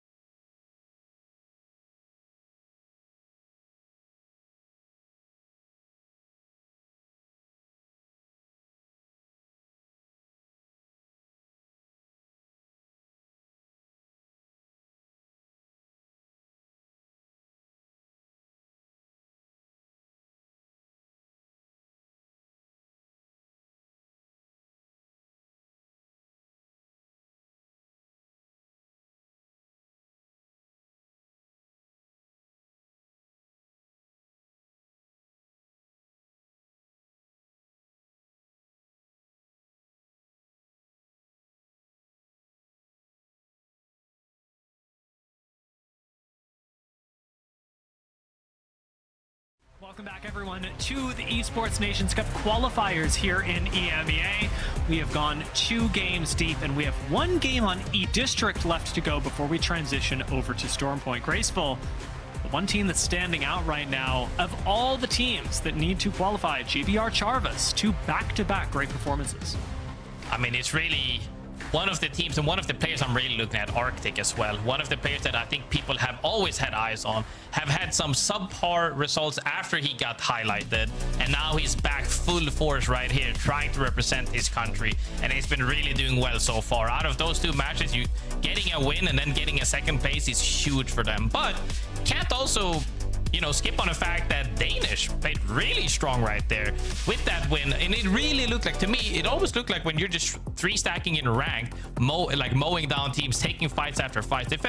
They felt and looked really confident, and I love that. Yeah, I mean, it's as if you said that today's lobby was going to be a lot like ranked. And you know what? It is. On the scale of LAN to ranked in Apex Legends, yeah, there's a little bit more ranked in here. But honestly, I have been really impressed with the pace that our teams have been keeping in terms of how... the word that I'm looking for has escaped me. But controlled will work. How controlled it has been. I think a lot of our teams, I mean, SJP2 being a good example, are playing not conservatively, but they're playing with the awareness that everyone else is a very good team, with the awareness that they could die at any moment. And that is resulting in a lot of plays that I'm not seeing as completely frivolous, as throwing your lives away. We're playing aggressive in these lobbies, make no mistake. We've got a lot to win for, but we're not winning by throwing it all away. The biggest thing you got to ask yourself at that point, especially from SGP2's positioning, is that can we make up for the difference between us and the other team trying to represent our country in front of us? Is it enough to play consistently and hoping to rack up 6 points on average or however many points you need, right? At some point, you're going to have to throw that haymaker, and you can really tell, even with the leaderboard, that some of these teams are just like, they're just looking to fight early on. And it really goes to show that you have to adapt to the lobby. If the lobby is really heavy in regards of people staying alive and playing safely, well, then maybe that's the play to play zone. And maybe you can abuse a few of the teams on edge. But now that we're seeing more and more teams feeling confident and comfortable in these lobbies, the point disparity is just growing bigger. We may not see SJP2 be able to play zone like they did in the past few games, because I'm seeing a whole lot more teams make their way into zone extremely quickly, and SJP2 have been caught on their rotation in with teams ahead of them and behind them. SJP2 are struggling for a spot to hold. They've still got a Wraith, they've still got a Portal to make this work. Denze can port his team at any time, and this is going to be the moment. This better work.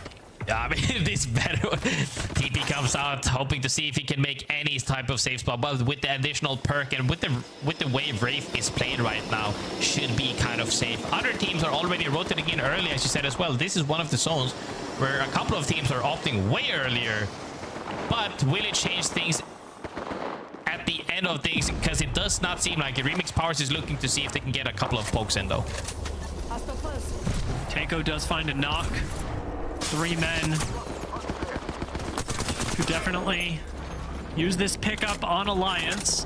Aku still on whites, 3 men the same, but 3 men playing with the Newcastle have a whole lot of survivability in their composition if they want to take an aggressive fight, which they clearly do. But they have the defense in their comp, so it's a little bit at odds. I mean, after seeing that play from we saw their last game as well, actually in this location as well, might have had a deja vu. Looking to kidnap once again, though. It doesn't come out, a little bit short. Tries to close out that fight, but couldn't really do it as he's looking to reset right now. Fence comes out from the optional walled, and he's just trying to play for his life. Should be able to live here, though. That fence is going to do a lot of work. But even as I say that, looks like the teams are not quite dense enough to protect Deutschland, who now falling have a lot to lose. They were, as we entered into this game, 18 points to Team Germany's 20. But falling with 0 points in game number 3, that gives Team Germany a huge opening. And you have to imagine that they know it. Most definitely keeping track of that. At this point, I think everybody has a diary, a book, and a pen right next to them, just drawing them out every single match after match to make sure that they stay ahead of that leaderboard. But retired right now, speaking of the leaderboard, currently sitting 19th. Very comfortable maybe in where the zone is going, but will that be enough to rack up the points overall? We shall see. as other teams are just waiting for the zone to fully close before getting the information once again and then making their macro plays. This building, I think this is a trap for a lot of teams. It is really good for making your way into, I want to say top 7, but not often a very winning position. Wondering how this will work out for Team Germany, who do have this game as their opportunity to put a lot of points down the board. It is not a must-win game for Team Germany. They've already outperformed their fellow Germans, but it is about increasing that gap as much as possible in this game where you have been gifted the opportunity to do so. Most definitely. But instead of outrunning your fellow countrymen, Finland is looking to fight everybody instead. He's not saying run away from the bear. He's saying I am the bear, and they're trying to take the fight from Luka Cutie. However, the team that they're trying to fight is no other than Team Poland, and Team Poland currently sitting second with that really good 3v3 potential on that team. As we've seen time and time again, they are coming out ahead on fights, takes it home with ease. So if we're following this, Team Poland didn't say we have to just outrun SJP2. Their answer to this was we will become the bear? Yeah. That one I haven't heard before. Everybody else, however, on the flip side of things, are just scouting things ahead, trying to poke up their armors as much as they can. I would actually, I'm gonna have to do some analysis on this match series after this to see, is this like the highest average on armor levels that we've seen across the board? Because I feel like everybody's just looking to get stacked rather than like playing for zone, as we've seen as well. A couple of teams, or like plenty of teams at this point, are in the zone, but so many teams are just feeling so confident and just saying, hey, as long as we get more gear, getting more stack, we have the firepower to win any 3v3.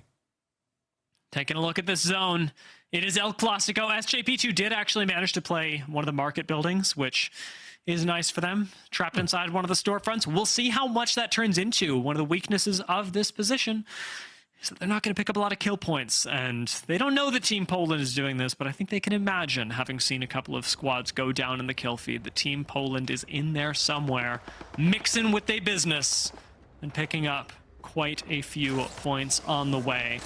A lot of squads still struggling for their way into this as well. Danish and Charlemagne looking at each other for the moment. Over in Blossom Drive, Charlemagne have ultimate high ground right now, which puts them in the privileged position of not really being worried about anything, because they can see it all coming. It is true. They're looking to just take a little bit of a poke at these teams, making sure they're not getting walked up on or sipped at. But they're not in the zone or the zone after that for that moment, so they have to make some macro plays at some level at some point. But for the moment, just playing it slow and calm. Honestly, I like that. You talked about pace earlier. They are pacing themselves right now to make sure that we're not getting ahead of ourselves. Stick to the plan, stay disciplined, and maybe we can solve this out. But speaking of solving things out, I really want to see Unlucky, the fragger, the potential he has shown so far, taking out teams almost on his own. What is this team doing and what's on their mind right now? Let's have a listen in with Team Austria. That's why they're playing for the walk in here. We can look for the fight. I think it's deeper, no? Yeah, it's like the zone down here, but yeah. Yeah, I know, but we have like a good walk in here though. Like if we wipe this team, we have a good walk in. You have to play for it. It's a valid team as well. Jan and 15. Yeah, it's a Valk, Maggie. I don't know. Have you seen anything else? Like, have you seen anything? Them? No. Okay. No blue scan, no glass scans. Wait, are they playing around the wall already? No, that's no way. They're not here anymore. They're not here anymore. Okay. Don't scan them. You just hold the chokes out, no? And just... Yeah, hold chokes. There's nobody went deeper already, no? Yeah, there's no one here. Okay. I told chokes mainly now. Set up like just visible fences, okay, so... Team Austria are definitely feeling the crypto ban. You hear it in those comms. I think they're gone. They're definitely gone. Everybody just working with a lot less information this game. And for Team Austria, That does seem to be working out. They've got their own corner of zone for Team Charlemagne. Maybe not so much. That is a big nade that forces Zidane to move, but he makes the cross across this doorway safely and even swings in on 50 HP like a psycho. I don't know how he survives that at all. Kiner is not going to, however, with zero cover to play outside of this tiny little bar. Zidane down. It's just Zodzi left, and a Watson with a gen behind her is not going to be enough to survive concentrated fire. Zod's going to try and make a cross, try and get out the door, gets shut down, and Charlemagne go down. Charlemagne gets taken out by that huge swing by 3 men as well, but they didn't go out unscathed. If the other team can tell right now that they're actually 1 down, and they have, he's down to 1 HP. If he actually gets 30, they're probably looking to clean this up right now. Indoors, as he gets swung by the Wraith on the door, Babylon is trying his best, and he won Max Henchman! I even saw Punch come out there. We are really going for it. Oxres available as well. 4-3 men could be huge. Should actually be able to pull it off even inside. Gonna go for it right now. Will GBR Flow State do go down? Oof. We are coming right down to the wire. 1 minute 30 left on this ring close, but we are not waiting on that to kill some squads. Flow State, one of my teams, actually the team I had for the great, you know, for England, for UK essentially, to make it through there. Everybody always has their tier list of who's going to make it through out of these 5 teams. That was my #1 team who's been struggling so far in this series. We've seen other teams that, like the likes of Charvas, doing really good, and Creamers a little bit so far. It's going to be fun to see when it comes down, when it actually comes down to the wire at the end of this series. But right now, teams are managing to brief as more placement and better placing overall on the map has been unlocked, because so many teams are dropping out and people are opting to 3P whatever they can. We'll pull up the map, Pip, when we can, but GBR Charvas, as you speak their name, have got a fantastic spot in zone. I hate to hear those words leave my mouth because I really want the rest of these Great Britain teams to be able to fight for a top spot, but Charvas, they are showing up on the day. They are picking the right spots in zone, and they are playing out of their minds. We'll get the chance to see what exactly that looks like for them later in this game, but right now, suffice to say, this could be another Charvas-style game. Alliance, playing on the edge of zone right now, are actually going to be near the GBR Charvas, who are just positioned north of them, with Kaskier behind them. Alliance could be caught in an awkward pinch, as they have not really taken the time to clear their backs and instead have to rely on these Watson fences to do it for them.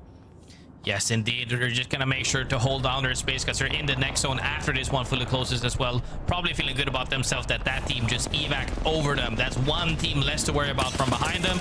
As other teams in the zone, however, Team Spaz seems to have taken out 67%, Scott. They've been playing really passively this whole game. It was just a question of when they're gonna get aped, and they did. Heck yeah, the opposite of that.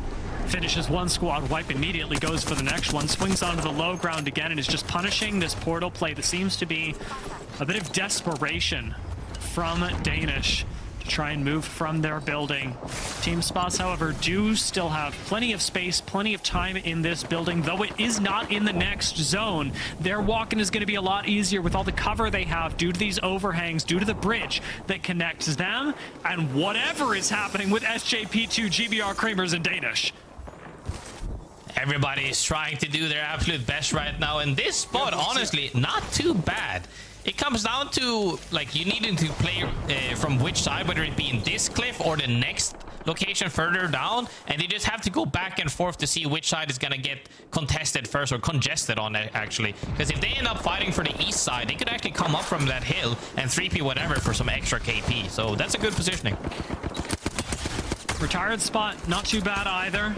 It is in the north, which will have a couple of different teams converging on it. Whoever wins this fight between Team Spain and Ukraine, that is surely going on as we speak. We got a couple C-year-olds down there, while Team Retired just trying to hold out through the besieging of 3 men that is being thrown at them. The Seer ult's expired, but Team Spain and Team Ukraine still at each other's throats. Morisan taking a flank right now, playing the small bit of cover that he's got with these fences. Will Austria end up fighting for their own building, which we said might be able to get somebody to top 7? It looks like we are going out well before that. Unlucky swings in, almost manages to make his way through the fences, but ultimately gets shut down. Has to stabilize in here. This spot's still in zone. If Austria can hang on to it, they've got at least 1 KP as a bonus. Looking to clean up that fight as well as other people. They are feeling confident about themselves. They get the reset, they take over the house, and now that spot is theirs. Honestly, they have quite a good bit to make their way in from here, as long as they don't get fully held out by other teams on the higher ground, on high ground. But they do have a Wraith, and they can make TP plays. And Unlucky, so far from the comms we heard earlier when we had that listen-in, is feeling really confident. He just said, hey, we have this side, we have a free walk-in as long as we take out this team. And they did, and now they're feeling good. Team Germany having gone down means that Team Deutschland from the gray screens can take a breath of relief, but Austria cannot, as they once again find themselves face to face with their greatest enemies, Team Spain, staring down at them. Austria and Spain have been at each other's throats since game number 1, always won.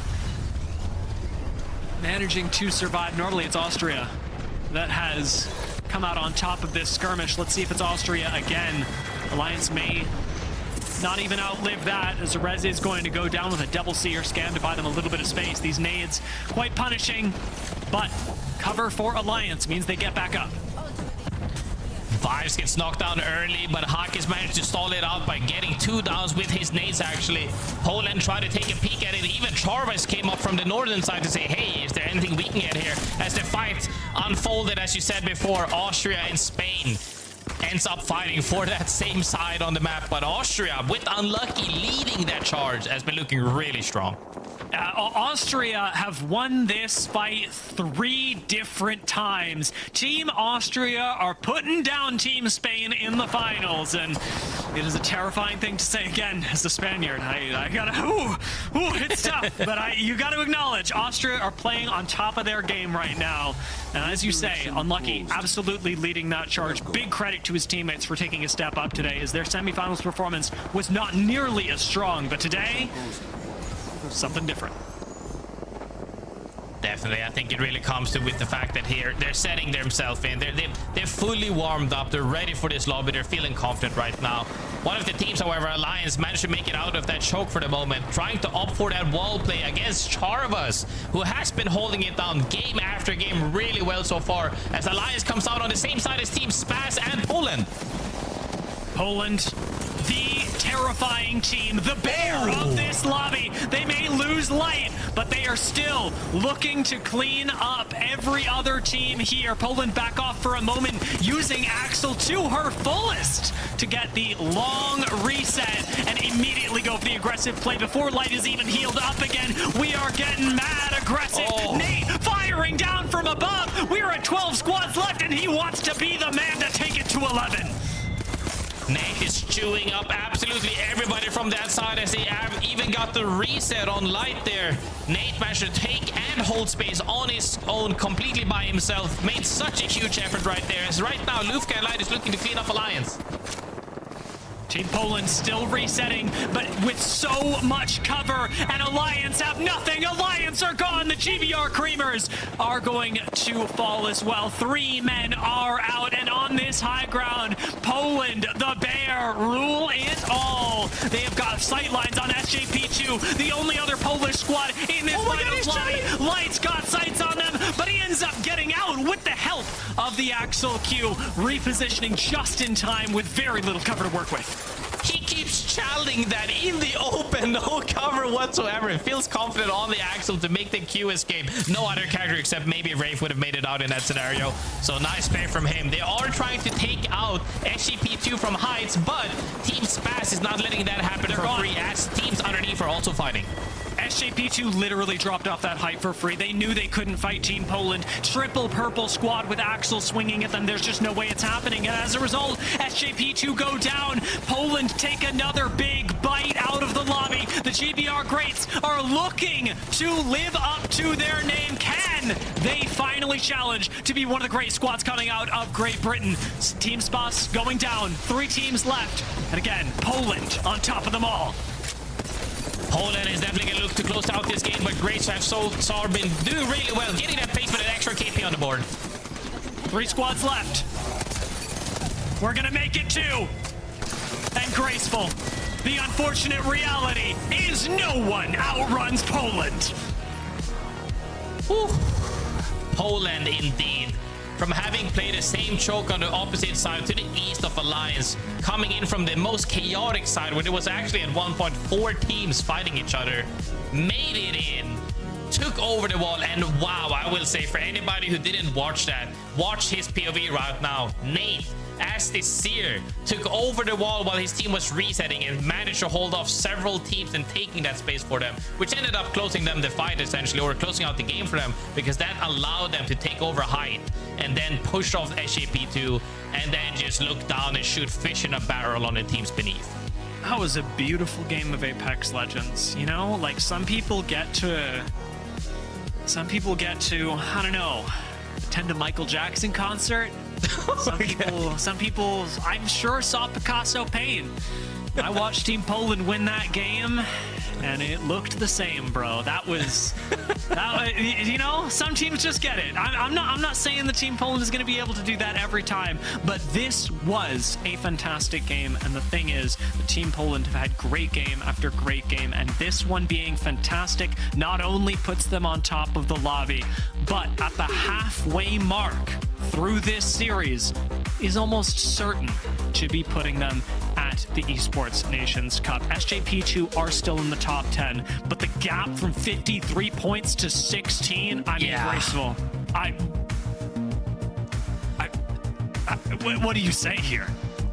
I mean, even if we're talking respectively that they could make up for the huge amount of points that they're like, that is the disparity between them right now. It is possible, but the biggest issue is not having the other team get any points at all at that same time. It's like, yes, while you might be gaining points on us, we're still also climbing. Even might not at the rate of getting 53 points in 3 games, but even just plus 20 or plus 30 could be enough for them to secure themselves at the height of making it to represent their country.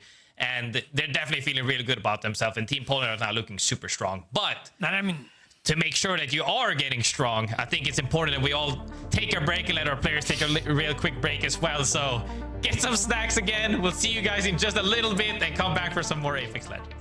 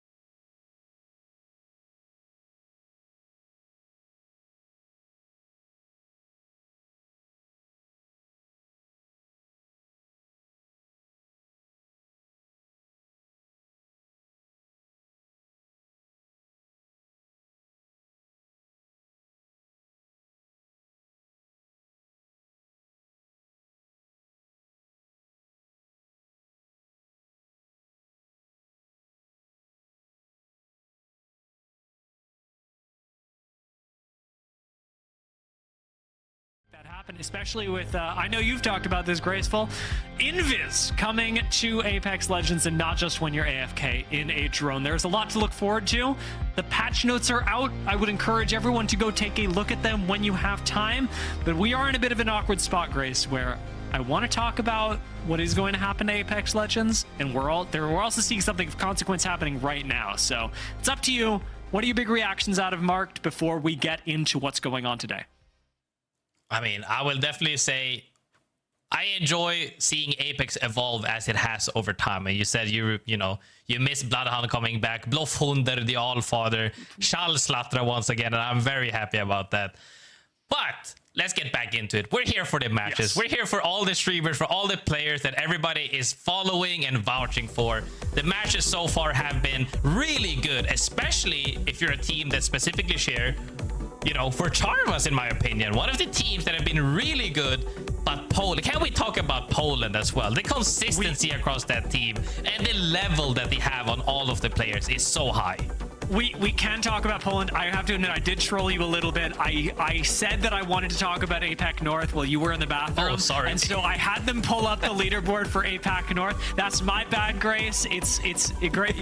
You're amazing. I do want to talk about Poland real quick. I just wanted to bring up the leaderboard for today's qualifiers from APAC North. The thing that determined that Melting Face and Reject Division were going to be your representatives at the Esports Nations Cup from APAC North. This was also a very exciting series, and Melting Face definitely deserved the victory. Reject Division actually making it quite close. And this now is the perfect transition to talk about what you were mentioning, Graceful. Those teams that are making it close at the top, Poland, GBR, Charvas, but Poland in this case seem to be running away with it a little bit more.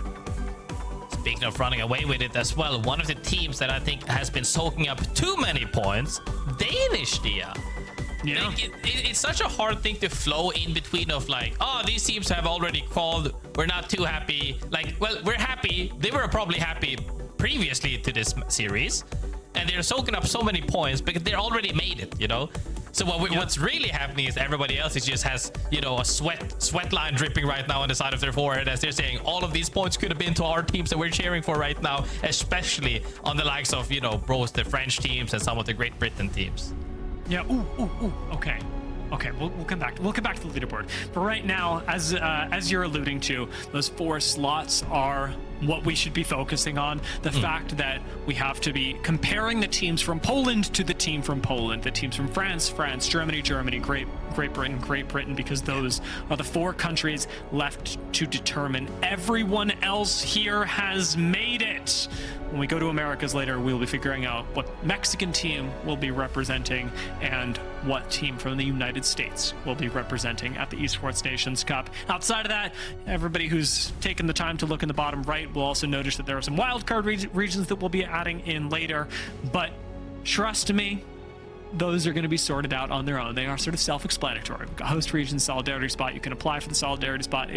There's a whole bunch of stuff there that is not determined in the qualifiers. It is just determined in the organization of the thing. So let's get back to the series today. As we said, Team Poland became the bear last game, and I'm going to keep that going because I really like it. That metaphor really worked for what Team Poland are doing to the lobby right now. GBR Charvas, also a huge gap between them and GBR Greats, the next team from Great Britain in this lobby. We'll take a look at how Poland has been running this lobby, and specifically the last game, because I may have compared it to Picasso a little bit overzealously, but I stand by it.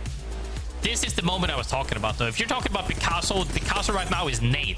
The way he's taking that specific wall, what a great replay right here. As he's taking all of this space on his own against several teams, even getting a couple of KP as well, making sure that all of these teams are not allowed to re-push them while they are resetting was huge for them. After this point, they managed to push off SGP2 into the low ground, and then at that point as well, close out the game from up high, shooting fish in a barrel. At this point, they're not even getting contested, but that was such a clean play from previously getting out of the choke. The biggest play of that match for sure was Nate after getting out of the choke, but I think the game-winning play was making it out of that choke. Shooting from up top when everybody else is fighting down below is just easy for them. Makes me want to check what else is going on here. What other teams are running Axel, because it cannot be a lot of them. Like that the Axel play that we are seeing out of Poland makes them look fantastic. However, I did want to talk about all the teams from Great Britain as well, because Charvas has been exceptionally consistent today, and they are, as of right now, the favorites by a pretty healthy margin. We've actually got it. Wow. 22 points is the lead between them and GBR Greats, the squad just below them if we're talking about teams from Great Britain, but significantly below them in the standings right now. 3 games and 22 points, that's doable, Graceful. The problem is when Charvas are performing as well as they are, and I think the GBR Greats and every other team from Great Britain is hoping that Storm Point changes something. I mean, and speaking of changing something outside of only being the map, I think playstyles are drastically going to change. Because as we said as well, you know, when we saw Team Poland and SGP2, when the points are huge, or even I would say anything past 20 to 30 points difference, you're going to have to start throwing haymakers. And that means running at teams, because there's no other ways you're going to get these points when we see so many teams perish early on in the match. And when you have that, you have to fight while there's still points available, but when there's only 10 teams left and you're in a spot to where you're going to get congested or on the contested side essentially, and you're only playing for 3 kills and maybe a placement dying, walking in with the macro, that's not catching up to those 30, 20, 30, 40 points lead, you know. Yeah, one of the things that I think we can say is a lot closer, because I have been feeling a little bad for the teams from Great Britain. The one other team from Poland, SJP2, and that comparison has been really difficult. However, the German teams are pretty freaking close, and that is an exciting matchup to be watching. Deutschland are sitting at 18 points overall. Team Germany at 22 points. A 4-point gap is a whole lot easier to overcome. Neither of these teams can afford to take it easy. Yeah, most definitely. And that's, you know, we're talking 3 matches have been played. Only 3 more matches to go. Realistically, even if it's only 20, one win could make you catch up to that fact as well. So we're really going to have to see which teams of these now opt to play, you know, hyper aggressively, or they're going to try to play disciplinary. We'll have to see, but some change will happen. Yeah, so Storm Point definitely pushes a little bit more of an aggressive style, something that we haven't really seen a lot of when it comes to our 4th and final region, or nation, that we are looking at to finalize their team. Team France has had a really difficult time of it. We don't know what team is going to be representing France right now, but with Charlemagne, 3 men, and Retired being the squads that are competing for it, Charlemagne are currently sitting in 19th, Retired in 17th, and 3 men in 9th. But it is important to note that 3 men in 9th still have only 15 points. The gap from 9th to 19th is a mere 10 points. So Storm Point, as I keep saying the word point, can change a lot. I mean, very top heavy, as you say, as well, and that's why it's so close from them. But we've seen signs of life from the likes of 3 men so far. Charlemagne and Retired, however, have been snoozing quite a bit. They forgot to turn they forgot the alarm didn't wake them up. They're still snoozing for the moment, but I hope that Storm Point change, map shift, you know, when you finally flip that pillow on the cold side, wakes them up properly. I'm gonna have to have a talk with the boys over at Team Spain. We picked Bean. We drafted ourselves Bean of everything. I mean, I know a lot of teams were prioritizing Storm Point. Maybe the seeding wasn't there, but I've seen these guys play Bean during the qualifiers, and when Team Spain play Bean, they int teams. And I don't like the idea of inting Team Finland, who are doing fantastically right now. They are one of those squads that is soaking up a lot of points that other squads, especially the GBRs, could be using. So as we start off Storm Point, as we kick off our final 3 games of the day, who from Germany, Great Britain, Poland, and France will rise to the occasion? It's gonna be fun indeed to see, as we see Poland feeling confident than ever. 53 points currently, still playing to their same pace right now. So early zone, though, however, shows up as Barometer, and Barometer is one of the zones that has a lot of playable areas. So if you're a zone team right now, you are kind of happy about that, as a lot of playable area, essentially, whether that be down in the basement, up in the tower, or on any of the 4 platforms. We shall see a lot of teams alive here, unless something drastically has changed. I am pogging right now. SJP2, they went, you know what? Games 1 through 3, we were too passive. We didn't get anything done. We're going to play Axel Maggie as we get into game 4. We are going to take fights early and often. They rocket up to Launchpad, and they are looking for more on Danish. Killer Coaster, this is a bad angle to push. I don't know if that'll stop him, but I'm saying it. So when he looks at the VOD, he can go, this is a bad angle. And if he gets it, he's the GOAT. Oh, great arcs are right there by Young Hong Kong as he actually gets Killer goes to 1 HP. Couldn't really get that down. They have lost one already. So will they disengage and look for the reset, or are they actually looking to fight this just because they have the high ground advantage? Does look like Danish are not keen to give up easy access to the high ground. That is another huge break by Young Hong Kong. He is 1v3ing this team right now. SJP2 are sitting on the low ground on whites, and Danish are not giving a single inch. They are really fighting right now. Not for this spot right now as other teams are fighting. SGP2 really needs right now. They are fighting for the fame of coming out on top of this qualifier right now, and they're not giving it up for free, that's for sure. Yeah, I mean, this zone is terrible for this to happen in as well. Light goes down though. That could be big. I mean, if Poland die before SJP2 finish this fight, SJP2 can just leave. They will have gotten what they came for. They can play for the points later on. Light gets full thirsted in the kill feed. Danish hold on to the high ground again. Crazy hold from them. I cannot say enough good things about Tryhard Thor and Young Hong Kong right now. But it's also not about them, which is an awkward spot, you know? Yeah, I know what you mean. It's like, wow, these guys are doing really good. And also, they're already going to the tournament. Right yeah.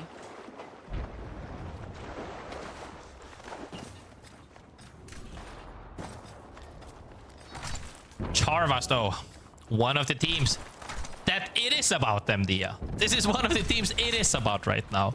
Leading the pack right now for Great Britain. UK, as many people prefer, probably, are feeling good about themselves. Jan's one of the players actually who has been on quite a few teams but haven't really found the success that he feels that he deems he should have. And hopefully this could be a turning point for his career as well, as Quasir is fighting Innate and puts him down almost immediately with that RE45. Marat showing why people are picking up RE45. It's just so strong. And Valkyrie as well, because picking up Valkyrie is going to make chasing down the final member of Team Poland, Lufka, on his own right outside of Stormcatcher all the easier. Can Lufka live? Probably not. Will GBR Charvas finish a fight before then? That's the interesting question. We'll see how it goes, as right now Adam takes to the skies. One more shot out of the 30-30 might have downed him, but he will not be able to finish off another kill for right now. Lufka trying to make his way back to the gravity cannon. Looks like he is going to make it. Does he land? He does not! Team Poland go down in 20th. The bear is slain. And now SJP2, seeing that, have a breath of hope.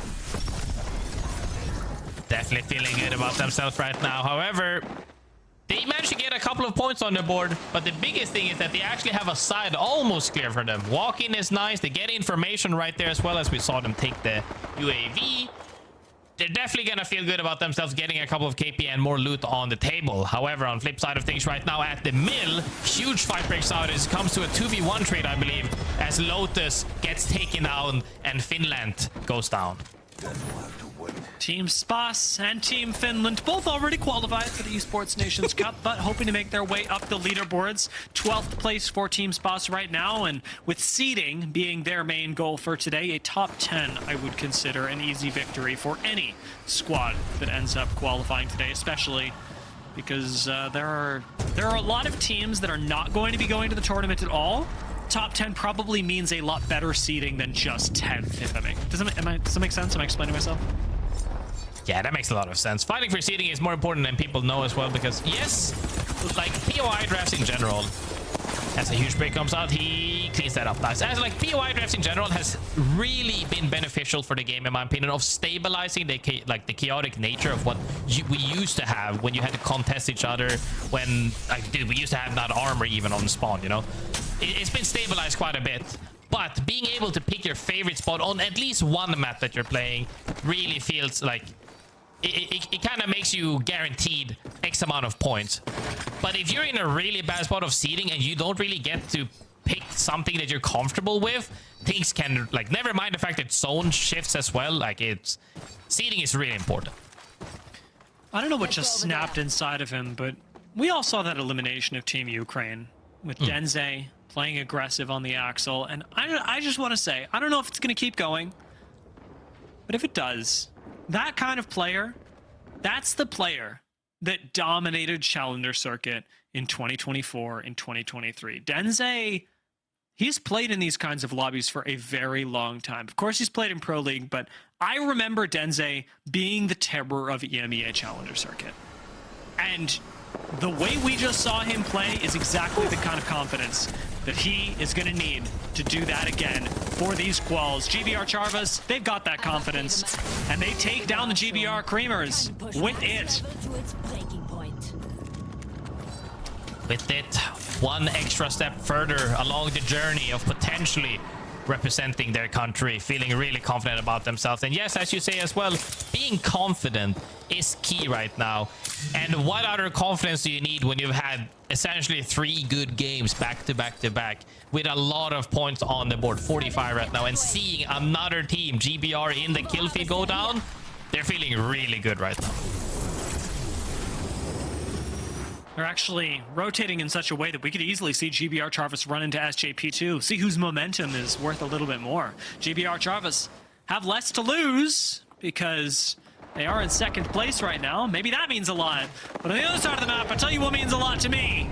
Is watching Team Spain pick up a couple of kills. That first one gonna go their way, and a fight out in the open does mean that Team Spain can continue on the chase down, kinda leading the charge right now into 2 1 HP members. I have seen this story before. I've seen it in ALGS, and for whoever's going up against Kinda, it never ends well. Picking up another, that's not a full squad elimination, but Team Spain are going to be much happier having picked up those 2 kills and moving themselves closer to top 10. GBR Charvas maybe getting a little further from comfort, as they, having lost 1, are going to start off on a res, but it's Jans who keeps getting aggressive.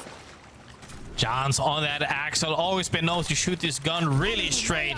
Is trying to hunt him down right now. I can't believe he's not popping the evac, actually, because that pretty much guarantees it. But he's trying to chase him on Axel, which makes sense because she's pretty much the fastest character in the game right now if you're not counting Omega long path sips. Scouts them out and is still on the hunt right now. No evacs out yet as they're trying to chase him down.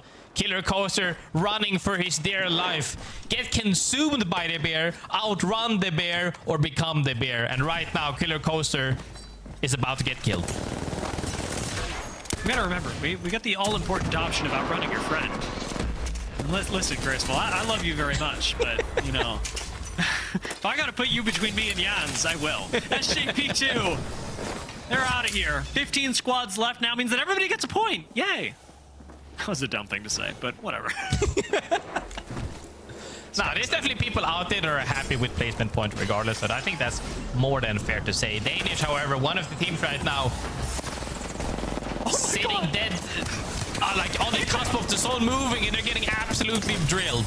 Apex Legends is a horror game, especially when you are up against Team Spain. Uchako waiting in the window. This is a 1-for-1 trade, but again, Kinda is going to swing Thor and knock him to zone. Swings in on Nyx. Uchako is still waiting on the outside of this building. Can he actually find an angle, or will he make his way in? Knockdowns are in such a place that it's actually pretty awkward for Uchako to push this, but he keeps looking for awkward angles on Valkyrie. Will he be able to pull this off? That nade gonna help a lot, but he's got to heal now. Nades come out, trying to stall it out for the moment. Comes down to a 1v1 between Nyx and Uxako. They're both popping meds, most likely, as Uxako gets the medkit off. Nyx only seems to have ranges, or he's still ranging. Uxako has a huge favor here, or advantage to make plays. Opts to go for the rest instead, as Nyx is still healing right now. Going for the box rest? I mean, the respawn beacon res is going to be faster, but the box res looks uninterruptible. Uchako's going to try and take an angle. Nice. He wants to clip Nyx. Tryhard Thor still alive, and with reinforcements coming in for Team Spain, They may be able to pull this off. This is a crazy fight in zone, and the minutes only keep ticking away. 1 minute left on this zone close. Tryhard Thor thinks about swinging in on this staircase. Uchako's gonna take it first. Danish go down. That was a tense fight in zone and completely uninterrupted. Nice angle by Uxako, but Charvas in the middle of a fight, still fighting. Been fighting since the start of this match. Right now have 9 KP in total. Still wiping teams, feeling super confident. They're taking fights to absolutely everybody. 5 kills for Jans is wild. I mean, we already said it earlier today, but GBR Charvas, they clearly woke up on not just the right side of the bed, but a better side of the bed than everyone else. I'm not sure what that is. I don't know how they managed it, but Great Britain have the most teams of any single country in this finals lobby, and for Charvas to be dominating as hard as they are is extraordinarily impressive, especially when they were not the team that was automatically dominating the semifinals, the quarterfinals, at any point. Team Spain flying in behind them. Definitely. Team Spain also one of the teams fighting. If they see Charvas and they're running into each other, we're gonna have to see what happens. It seems that Charvas heard them or saw them fly. Right now they're evacing in though for the macro play. I want to see what they're thinking about though after getting all of those kills and are opting to go into the zone. So let's have a listen in with Charvas. Bubble underneath. Team underneath. Underneath what? Here. Underneath the structure. You see my ping? Our walking is insane, by the way. Is there a team? Mistake, come here. Mistake, come to me. Wait, stop. No mistake, come. You need to scan this for me. Scan my ping. Can you see anything in there? I'm not close enough to I'm not close enough to check. One died. Can you beam this? I'm beaming it. He died. He's still there, one's still there. Got it. Nice, good job. They're gonna buck us. Nice. Keep looking at that. Yeah, we can look at that for now. Is there a team on roof as well? Really good working. I'm not close enough to check. I can't tell. Okay. Focus on Cardi. I mean, 200 meters by the way is your range. 200. You should be able to know. If you don't think they're there, they're probably not there. Wait, no. Okay. I mean, why would their team be there? Knock's on that corner. No, he died. I didn't get the kill. Oh, wait, no, he's still knocked. I didn't get the kill. Okay, look at zone. Look at zone. We're gonna go to my low ground ping, right? And then from there we decide if we go all the way left in the open or if we commit to low ground, okay? We're doing one of those two things. Can we go down? Where? Look, we're gonna go to under the bridge, right? My ping, look map Arctic, on the bridge, and then from there we decide if we go left side or if we go from like middle, okay? Middle barrel. Alright, I'm with you. One of those two things. Can we go now, Arctic? Come. Walk up as fast as we can, and I'll keep. Nice communication from Charvas, making sure to have that plan. You heard the nice communication. We're going underneath this bridge and then we're deciding to see which side we're opting for as we see them do their macro play right now. Other teams, however, are fighting for their life. Zone is about to close in 45 seconds. 3 men gets that respawn, but will it be enough for them to turn the tide?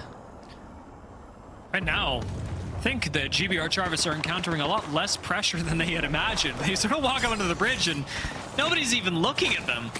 Works in their favor for now. 30 seconds left though, and this becomes a hellish situation. Not just for Charvas, but for 3 men.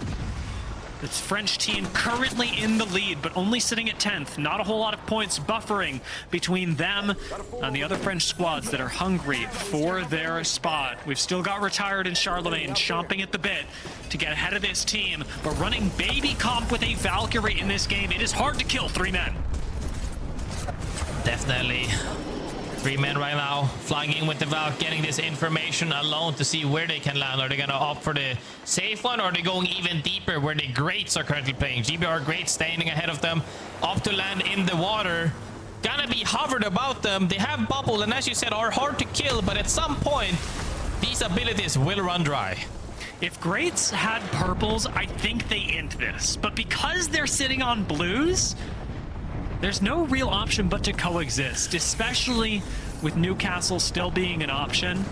It looks like we're going to be sticking around with 3 men for a little bit longer, where we're likely going to lose a few more teams. In the meanwhile, GVR Charvas may very well be one of them. Arctic's gone down. Jan's providing good cover fire as res does happen on the low ground. They get sent, but it looks like Jans is just literally 1v3ing them. Team Germany gets slapped down And it's all Jans all day. 67% Scott and Austria will fall as well. Jans finally has to back off due to a Maggie drill, and he's sitting right underneath the duo of Team Spain. Uchako gets that knock. Do Team Spain go for the finish here? GBR Charvas are low. Kinda's gonna get the other. He swings for the last, and GBR Charvas are down in 9th. Team Spain takes them out real quick and nice right there. We'll have to see if they can somehow get a reset. There is a crafter right next to him, but retired on the other side of things. On the literally the other side of things on the platform is fighting a team, takes out Flowseed, but immediately get thirded by Deutschland. Team Deutschland will have seen Team Germany go down to that monstrosity of a play from Jans. That works. Yep. So they know that it is their time to put points on the board. Team Germany had this opportunity last game, seeing Team Deutschland fall, and they did not make the most of it. Will Deutschland be able to do even better than their fellow Germans? Alliance will fall. 3 men struggling to survive on the low ground, but again, Baby Cop extremely hard to kill. The GBR Greats are going to have to give up the chase as Feuda got knocked on the high ground, and it is too much of a risk to leave him down. Too much of a risk that another team walks up and takes your space. Greats try to go for that team wipe, but right now Henchman can't really make it up. He makes it up. Okay, he's right there right now. Big reset comes out from Greats. They couldn't quite finish the fight, but that allows them to walk in bottom floor right now. GBL comes out. They managed to take bottom outside door and are opting to see if they can take the basement or bottom floor. GBR Greats and 3 men. This is 3 men's chance. No other French teams in the lobby right now. They could put themselves so far ahead that they become untouchable with a win here. They've certainly got the survival tools to do it. Team Spain going to be looking down on Team Deutschland right now, who need the extra points, who need literally anything. Trapped in a corner with Team Spain. Not a lot of cover. They keep having to put up rampart walls. Surely they are going to run out of these at some point. A nade destroys them, and Kinda and Uchako firing down do not make it easier. A massive drill from Uchako evicts this squad, and Team Deutschland, still alive, are going to move down, while 3 men who had the opportunity to extend their lead do not actually get the chance to. Uchako's just fallen, and it looks like Retired are going to finish off Team Spain here. While Deutschland take the portal back, it is chaos in this side of the entire map. I literally don't know who's going to die first. Team Spain fall. Retired are here. Deutschland are also here, just sitting in the same corner. Surely Retired pick up these kills, but into the breach is going to go Deutschland. The zone right now, though, however, being played properly from GBR Greats, as they have been holding the zone for the longest of times, comes down to actually 2 solos from Team Spaz and from Team Deutschland. Winkler right now gets found out, though. He's on the rave, opts to face out to see if he can somehow makes it. Trying his absolute best to stay alive. Going in and out through TPs or just facing. Is still alive for the moment, but how long will that be as Adam gets taken out? Retired don't really have the time to swing this, but GBR Greats, they got all the time in the world. 3 squads left, and Deutschland, even as a solo, is one of them for now. Winkler taking a lot of damage off this drill, but it is better than moving without the phase. And as it is, GBR Greats have got other things to worry about. They're looking at Retired. They want to win the 3v3, and they have just the position to do it. With this high ground, Henchman runs everything, and he moves us down from 3 to 2, and even to the final 1, dropping with the Maggie drill. Henchman clutches it for GBR Greats and puts them back in the conversation to represent their nation. If you watched the previous LAN, I was singing the praises of Henchman for a reason, and right there he closes out the game in a beautiful fashion. Taking out that KP, or getting that KP for his team, has been really good for them. They've been playing wonderfully, both macro-wise by being in the zone very early and trying to finish off the teams in the water despite having that baby comp and that sustainability to survive that push. But the fact that they're staying proactive is why they're moving up the leaderboard right now. We were talking the praises of Charvas this whole time, but the GBR Greats are telling us right now, it ain't over until it's over. 3 big stories right at the top of the leaderboard.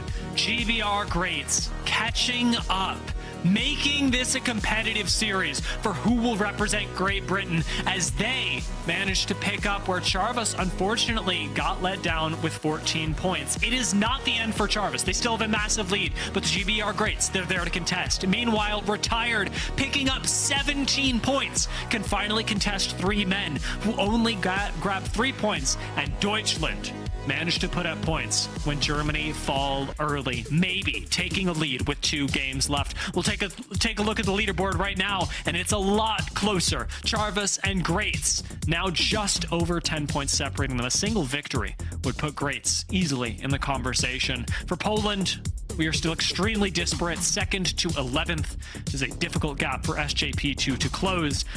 Look at France. Retired, now in the top 10, 3 men falling out of it. It's still incredibly close between the Frenchmen, as right now they're all fighting with tooth and nail to just make any points on that leaderboard. And we could see the difference as well from just being able to get a few points, because if it's that tight, even on the lower end, all you gotta do is outrun your fellow countrymen, and they have so far. But can they keep it up for 2 more matches? I don't know. I'm not sure. I mean, that the closest race really has been between the German teams. They are still like within touching distance of each other, and I am terrified to see what will occur as Deutschland and Team Germany, ever at each other's throats, are coming down to the wire. 2 games left to go. We just knocked out our first on Storm Point. Will these teams be able to pull out huge performances to secure their spots, or are we going to come down like Apex South to a single point? We'll find out after the break.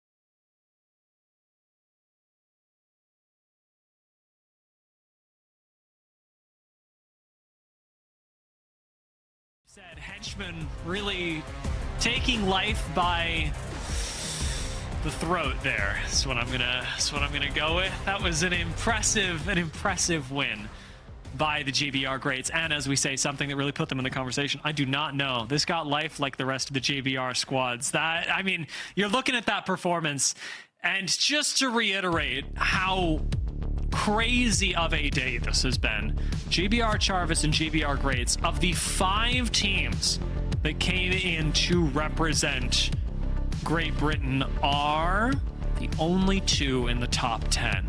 I mean, it's a powerhouse region. To put 5 teams in the finals, it's pretty crazy. But to only have 2 of those teams in the top 10, the other teams are suffering, and I don't think that they anticipated doing so. You've only got 2 games left to turn it around, and Grace, you've mentioned it. Those 2 games will not be like the others. These teams, they know they're coming up on their final hours, and that's gonna change the play styles.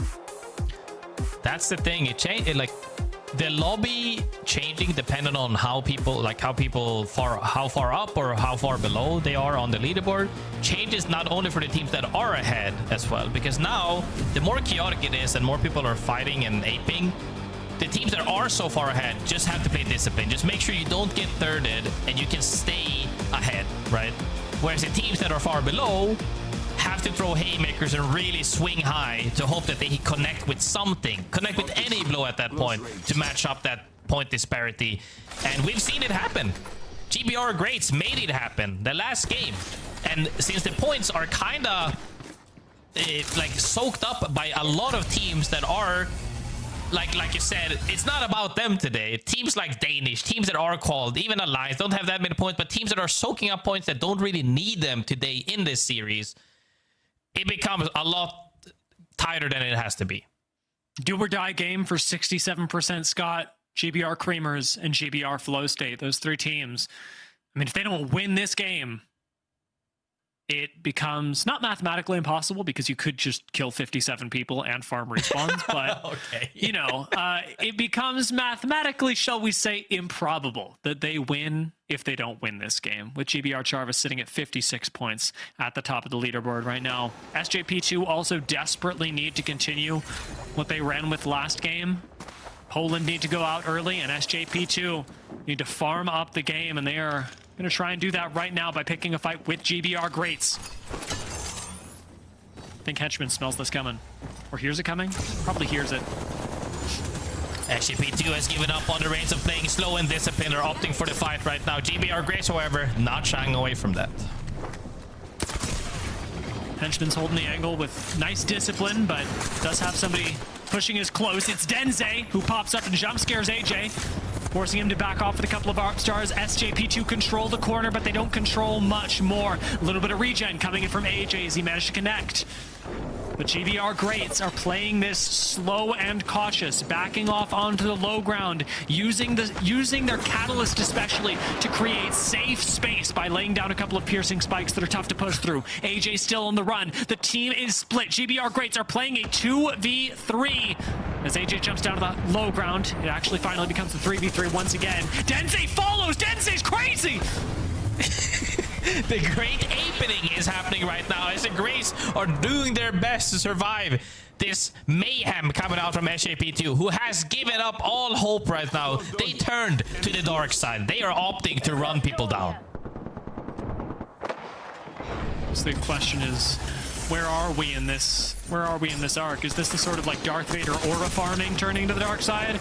Or is this the falling into the lava dark side? It's looking a lot like falling into the lava, but Fuda does go down. SJP2, though, they will burn! SGP2 pushes like absolute Pegas and pay the price for it. Finland, on the other side of things, is fighting right now. Spas right now comes down to a 2v1 actually, but they do have that Sparrow. A lot of space gets taken out as Insane is going for the run right now. Spas gets eliminated as everybody is taking fights. As we said, Dia, when there's 2 matches left, everything is on the table for the taken.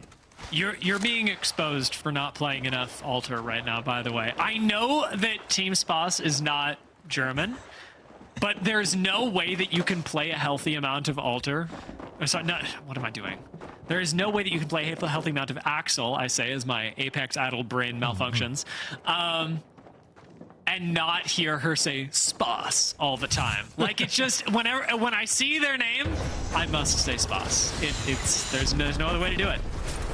You know what, Thea? You called me old. You know what I see with that name? I see a spa I go to with my wife. That's what I see with that name.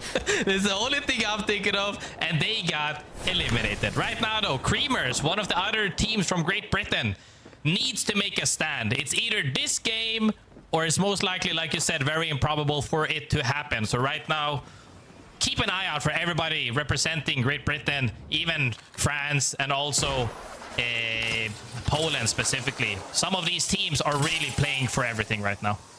Enemy spot far. Team Spain, unfortunately, not playing for anything as they fall. That was... It's not Flame. Just to be very clear, I'm not flaming them. But there are 16 teams left, and it is round 1, so, you know, take away from that whatever you want. It's one of those moments where everybody says, and they hold up a billboard that says, Scrims lied. This wasn't how it was supposed to be. It is this way, because right now, people have nothing. Some teams have nothing to lose. Some teams have everything to gain. And everybody has their own reasons for taking fights, but everybody is taking fights nonetheless, as we see Circle 1 closing, 16 teams alive, fights still going on. We might see that number go down even beneath 15 if we're so fortunate to see that. Zane starting to pick up serious momentum in the kill feed once more. It's always a good thing, because Zane is not only a very momentum-based player, but also a man who has defined the semis and quarterfinals, and a whole lot more than that when you look at the ALGS. If GBR Flow State can really lean into what Zane can provide them, you have to imagine it ends up with at least a victory for them, and as we mentioned, for so many of our teams from Great Britain. They are a team that desperately needs that. Team Finland are going to hit a respawn, and I can hear it, which means that somebody's going to be aping that, right? Like, if we can hear it from Zane's perspective, we're sending this. That's the thing, they buffed the sounds of respawn ships. It sounds like it's that close. Honestly, it could have been on the opposite side of the map. It's so loud right now. It was in Bean? Yes, it was. That's what I'm saying. It could be the opposite side of the map. It's so loud right now that it doesn't matter. You heard it right there from Flow State. That was in Bean that they got the respawn, southwest of them. And I heard it Finland like they were respawning on my skull, bro. It was free reset for them, and honestly, that respawn was good for them. They're able to make their way into the next zone even after this one closes, as well, as nobody is contesting their side of the map. As long as 67% Scott isn't just flanking them on the western side of things, they kind of have a free walk-in, actually. Looking at the teams around the edge, GBR Greats seemingly know. I mean, they have access to leaderboards just like we do. They know that they need points more than anything, and it looks like their plan for that is to collect them along the edge, not in the zone. However, you can tell from this ring, this is an extremely punishing zone to play if you are not in there early. It doesn't look like it's pulling as it sometimes does to Team Ukraine, although if it does, my god, Team Ukraine is going to farm. I mean, you also have to keep in mind, you're speaking from the experience and perspective of a normal game. This game is not normal, because we see how it is. He cannot re-enter his portal. By the way, for everybody who doesn't understand, why couldn't he take his portal? You have to step far away from your, like far enough away from your portal for it to count as you're not being in it anymore, for you to be able to re-enter the portal. He could not re-enter that portal, and he is very sad right now. Retired, who was looking on the come-uppance, is no longer having that same momentum. But yeah, as I was saying as well, with this many teams out down for the count right now, the game is not going to be played the same way anymore. So when you're taking fights right now, it allows a lot of more teams, like you said before as well, oh, they're helping hold out another team. That's not happening anymore. You're fighting everybody, and everybody can 3P at any point. You're not getting held out by too many teams at this moment, unless you're playing right next to them. Of the teams that have fallen, Deutschland would be the first German team to fall. And they're one of only two. With their Newcastle down, they're in the riskiest spot for that to happen to them. Winkler going to disengage for now into the same building that his friend was being rezzed in, but that gets canceled immediately with fire from above, fire from the side as well. Deutschland, they are going to fall here. That seems certain. FaZe comes up for Winkler, but he saves it for this big cross. Trying to buy a little bit more time for his squad. Safe portal on the outside. Blast chasing this down. And Winkler's got to take the TP back. Will he take back to death? Managed to take the TP safely as they got engaged by the other side. Everybody's sending absolutely everybody at this moment. That makes it so that Winkler can get out, maybe get a reset potentially. He's actually opting to take the fight for some reason. Gets absolutely one mag by Orbit. And Deutschland is now out as Aku, the other team from Germany as well, is looking to make plays. Yeah, it's time for Team Germany to stay alive, to be honest. They should be doing nothing but staying alive. Play defense. Don't play small. Play defense. And you will, with this game, put yourself in a much, much better position, if not secure yourself a spot in the Esports Nations Cup. GBR Greats, who were attempting to do that with this game, have lost 2 in very quick succession. And Henchman is actually coming over, running past his dead teammates. We're taken out by an R99 at close range, so you know that he is in a risky spot to survive. Finland in between GBR Greats and the ring, but Henchman probably going for the craft into respawn in zone. This seems pretty doomed, if I'm honest, Grace. This zone is very healable. If he has meds, he can definitely out-heal this and rest them and still make it back safely. It comes down to how hungry the team chasing him is, which is Finland at this point. So he's finding more medkits. It's looking very promising. He has 3 medkits currently, as you can see on the UI HUD right there on the bottom right. He's looking very likely to make it out, especially the fact that he's also Axel, which is really fast. On one hand, yes. On one hand, he can survive. On the other, I mean, Finland have really nothing better to do than sit at the edge of zone and just wait for the GBR Greats. However, if Charvis die first, that would be huge for the GBR Greats. That would really take a lot of pressure off them in terms of how many points they need to convert off this game. Charvis do seem hesitant to die. Reluctant to die is the word that I was looking for, as the GBR Greats do pull off the respawn. Finland still waiting in Barometer for them to move out of that POI and into their waiting arms.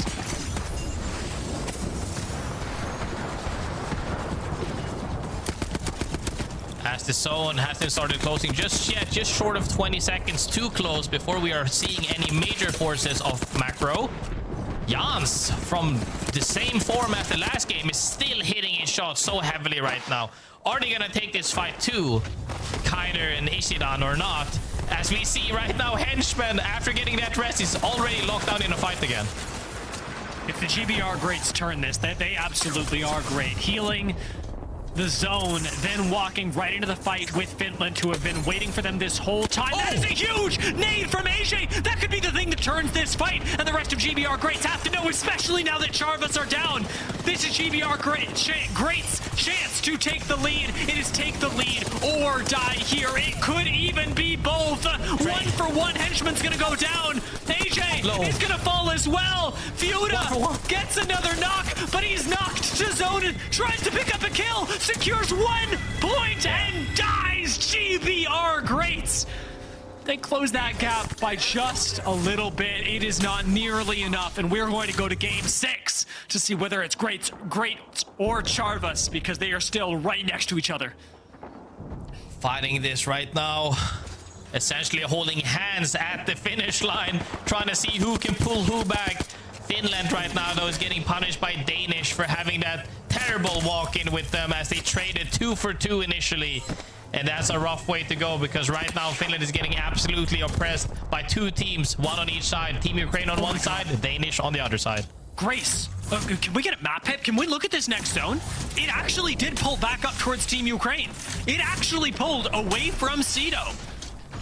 This is, I mean, it's not an entirely rare zone, but it was a really misleading one. And that means if Danish are able to take control of this high ground, they are the team that will farm. It's a very difficult thing to take, though. Team Ukraine playing small to try and hold as much space as possible, but they've lost Adam in the meantime, and Danish's siege is unrelenting. With the L-Star, they could take this position. They could even take the game. Not only do they take out Team Ukraine, but another team, Quas, right now is walking up on their western side as well. Teams are hearing these fights break out. 10 teams alive right now, Circle 4. A lot of teams right here. 3 men is looking to see if they can land anywhere. Is opting for Spider Nest or the river. See one guy down there, right there in the water. Opting to see if they can take him out or fight for a positioning. They see a Newcastle wall and is running straight for that. A free wall?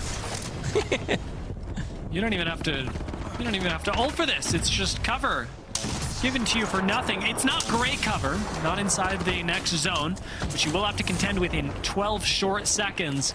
But bubble and wall still available. OG build makes this a lot more playable for 3 men.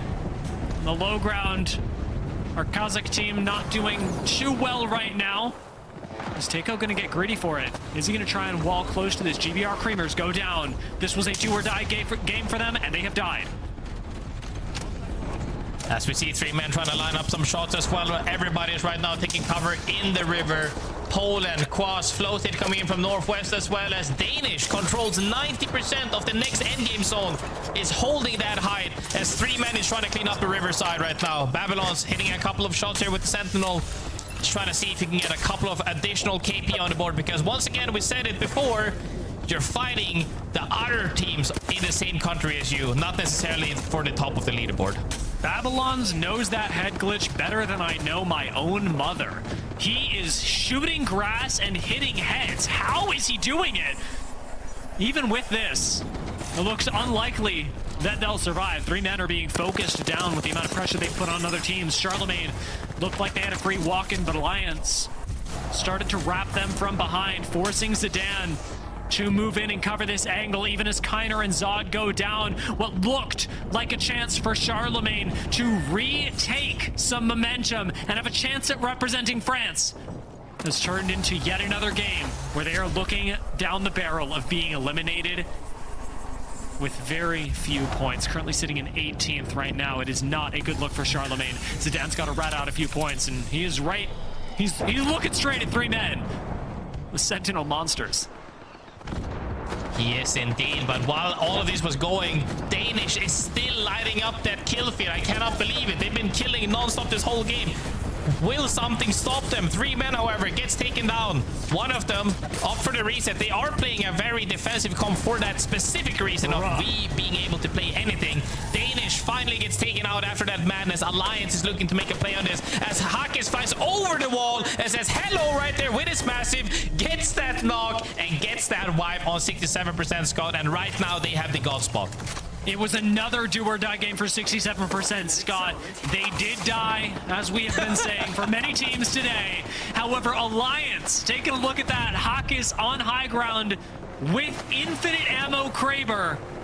Could just be the kind of performance that we are expecting from someone like Hakis.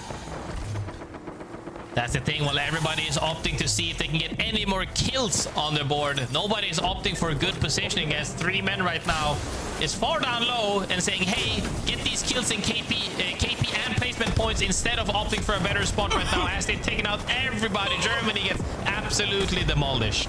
Oh my god, I'm crying watching how they died there. Absolutely no shot walking out into catalyst spikes and explosives. GBR Flow State looks like they're in the same position. Charlemagne are going to go down. They did make it to top 6 for a few placement points, and it looks like that's all GBR Flow State are going to be picking up from here on out. Zayd's got crazy kills though, and he's got crazy nades to go with it. Gets shot in the back though, and as 3 men fall, GBR Flow State try and pull off a reset with Team Poland pushing them. The bear has risen once again, and Nate looking ready to finish off yet another squad. Should get a little bit of help from Alliance on the high ground.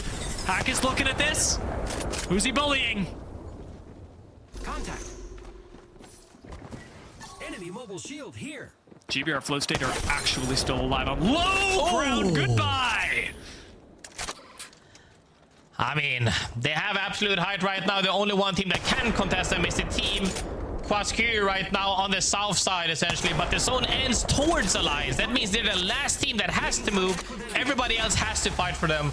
Right now, though, the Bears, Team Poland, has a spot to play for this, but Hawkins is not letting them breathe with that Kraber. They recognize the fact that they had used their bubble, and he has a Kraber, so let's not be too risky right now. Hopefully, Qualifiers can do something about Alliance on that height from the southeast side, potentially, as Team Poland is clawing at absolutely everything right now to make sure they stay alive. Alliance are playing this so slow. They've taken a deep breath in this game. Qualifiers are looking for their way into the high ground. This Kraber is going to do your work for you. Gibiel. Hack is still controlling the high ground. 128. He is single-handedly trying to hold off this push from Team Poland, who slam on top of them. Alliance weather the storm with a baby comp. This Kraber still deadly in his hands. Can he make it work again?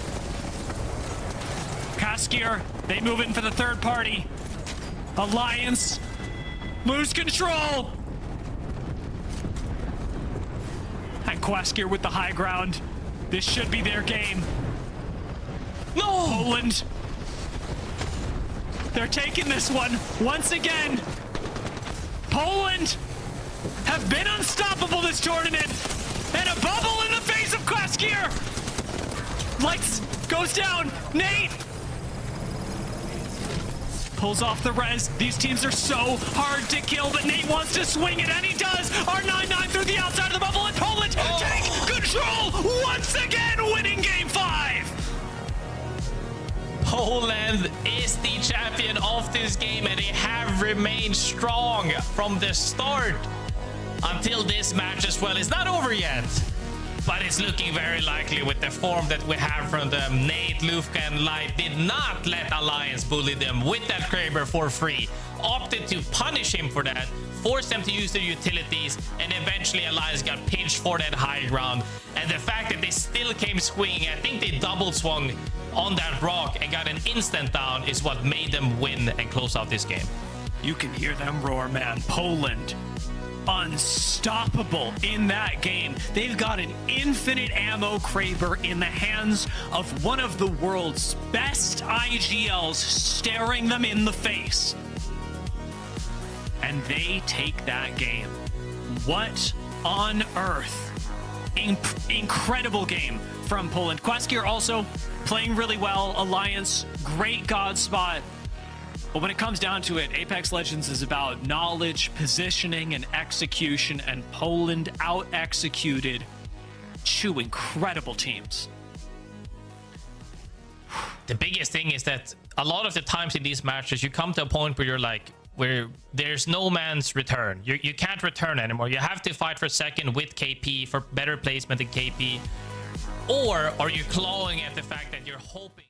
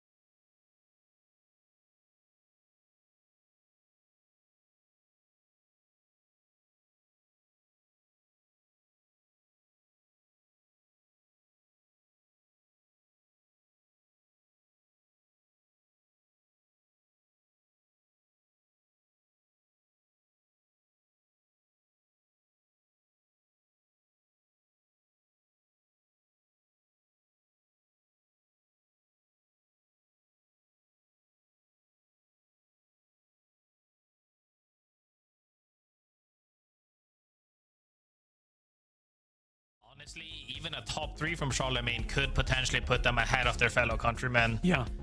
But the likes of SGP2, however, that book is closed. That chapter is gone. They ain't dropping 60 kills. So the other teams, however, remaining right now as we go into the last game, the stakes have never been higher right now. And I really hope to see this last match is going to be something else, because even the previous match we just saw right now was so hectic and so many teams died the first 2-3 minutes, and can only wait to see what happens next. I can't help but laugh because every once in a while I look up a program and I just see my face and I'm so like, I'm locked in on this game, man. Like, this means so much for such a specific amount of teams. I mean, everyone else is playing for seeding, of course, but for a very select amount of teams, this means your chance of going to LAN. And hey, to take a breather from that, you've got your chance of going to LAN at home. Maybe not to compete, but we've got Vegas tickets on sale there. I think right now. I think we got them on sale right now. I'm just going to say we got them on sale right now, and somebody's going to yell at me in my ears if we don't. But there is the opportunity for you to go to Las Vegas and watch the Split 2 playoffs. I've got it confirmed. I'm not being yelled at or scolded. They are on sale right now. So let's take a look at what you can expect when you get to playoffs in Vegas for Split 2.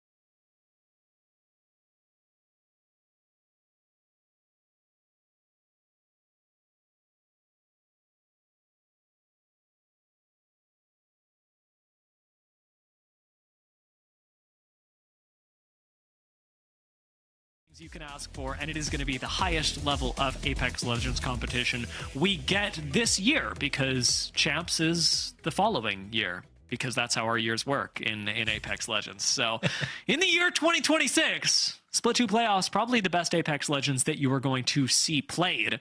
And you have your opportunity to secure tickets right now. And you get to check out Vegas in the meanwhile. Again, haven't been, don't know what's going on there. Can't wait to find out. Probably something good to go for sure. I heard a lot about the food is good. The activities are good. But like you said as well, I'm looking forward to the most is Halloween. I haven't spent and celebrated that holiday anywhere else outside of the comfort of my own country and my own home. But definitely looking forward to that. Make sure to grab those tickets for sure, because it's going to be an event that people will definitely not forget. However, last match of the series for the moment for this region. There's more to come after us, but for this moment right now, the stakes have never been higher. The chance to be your national hero for your country. But to be that hero, you gotta crush your fellow countrymen first. It's really tight between some of these countries right now, but we'll have to see who comes out on top. And one of them that we're definitely looking for, it's Deutschland. Team Deutschland tied neck and neck with Team Germany.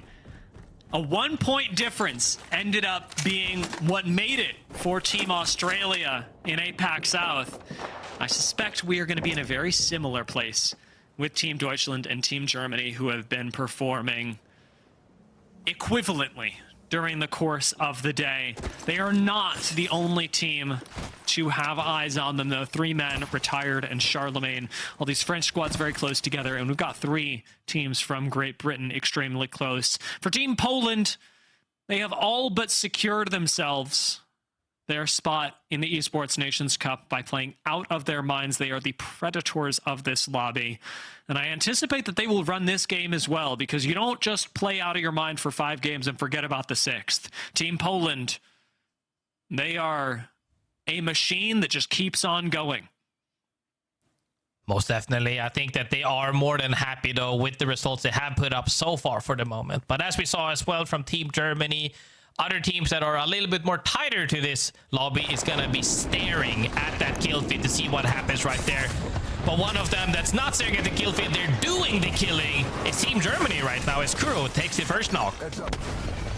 It's a nice move with the Newcastle shield, making sure he doesn't take too much damage, even with a nice move to try and finish him off from Austria. It is still unlucky that has gone down, however, for Austria. And with Cloud out as well, your chances of winning this fight in a 1v3, slim to none. Team Germany are going to take those 2 kills and even look for the third. But even these 2 kills do separate them importantly from Team Deutschland, who I should mention have the zone coming to them. Team Deutschland, who are playing the zipline buildings out the command center, have a ring popping right on top of them, which is a blessing and a curse in a game like this. It is indeed, and we really see different playstyles. Either you're going balls to the walls, looking for kills, or you're playing safe and disciplined, hoping the other team just kind of perishes at their own expense. I like to see that Aku is leading the team right there to say, hey, we're not hoping the game ends in our favor, we're making it in our favor. As Creamers as well is taking that perspective of taking fights right now, getting that reset right now. Fight isn't necessarily ending here, but other teams are also looking to join. Yeah, there is a crazy amount of fighting going on here because all these teams need the points and they need them desperately. SJP2 involved in this with the GBR Greats, who honestly would just like to get out of that spot alive. GBR Greats are actually top 4 right now.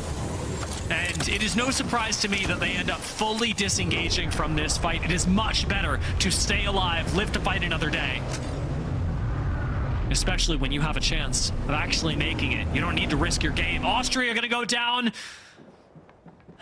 I know that it wasn't the full team that Team Spain killed, but that's a nice bit of revenge for Team Spain.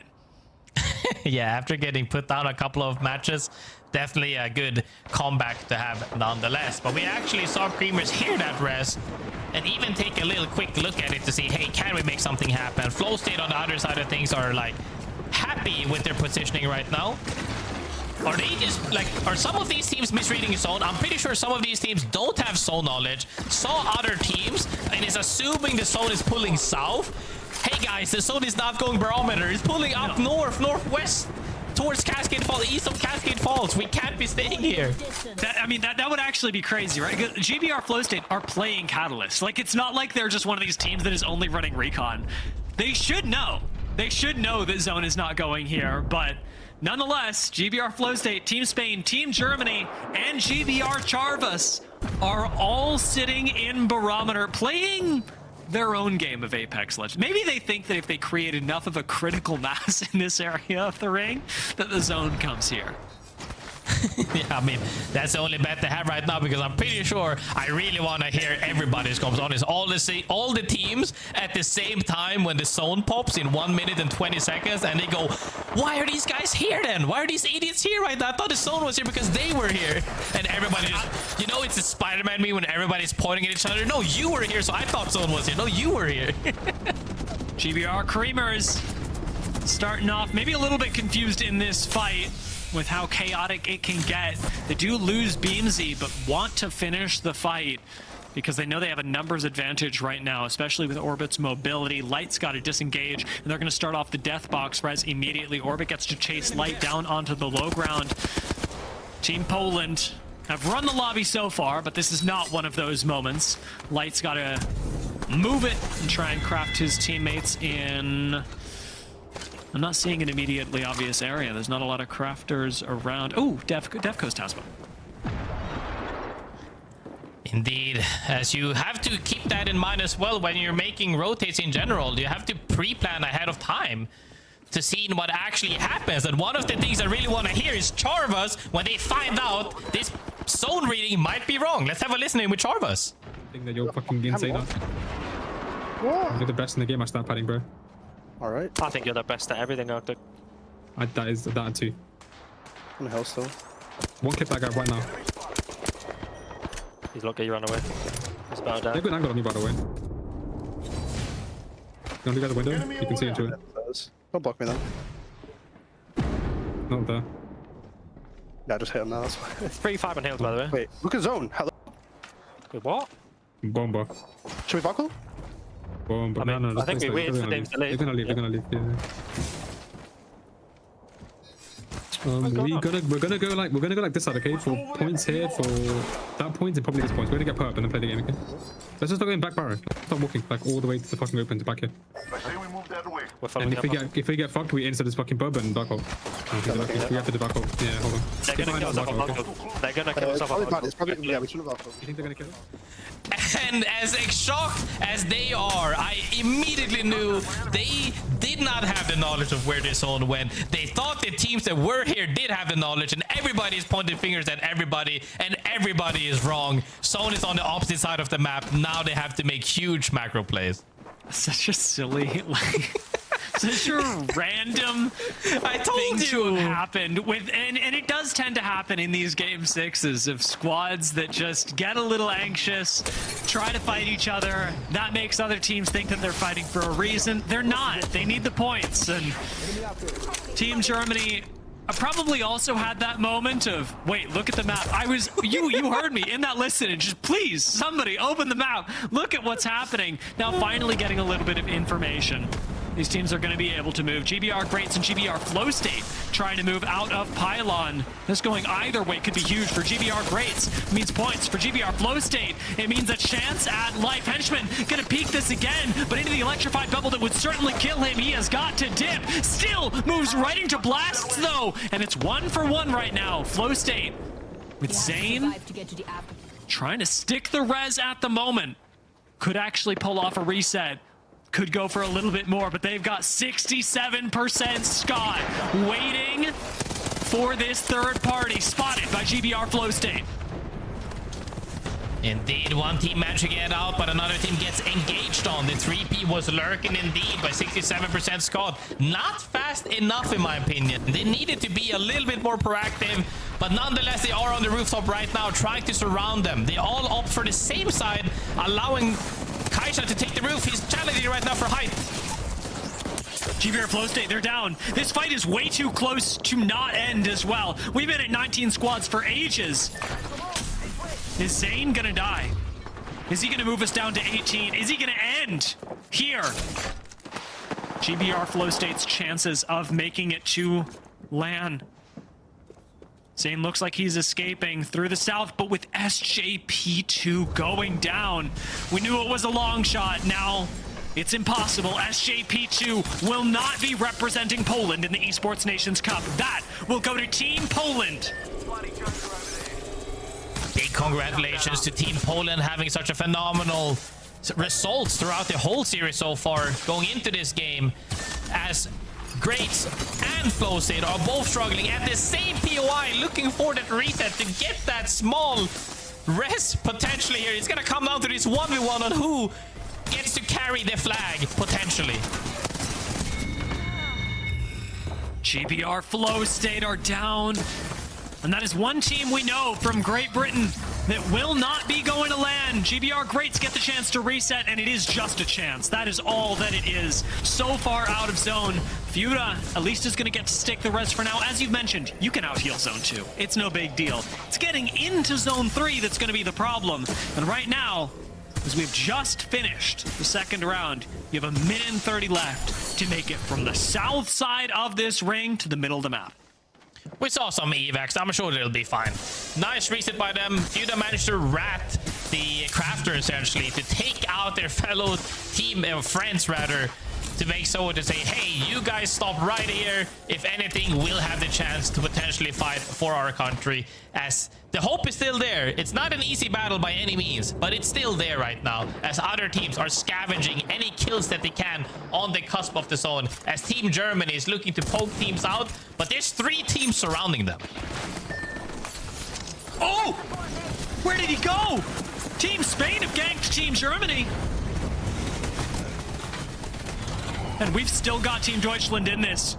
We are kill feed watching right now. And by we, I mean literally everyone in this lobby, but especially Team Deutschland. Kuro goes down.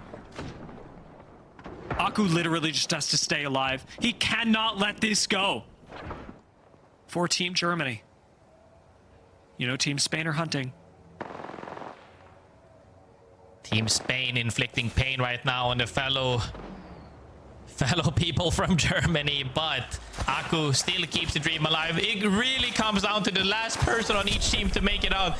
But if any character can do it, it's probably a Wraith that has a good shot at it. So we'll see if he gets hunted down or not, but he's gonna walk in on a side that's contested by at least 3 teams. It's gonna be a tough walk-in for sure. Well, Finland managed to pull off a reset. We'll get to check in with Deutschland. They don't even know how close they are to making land right now.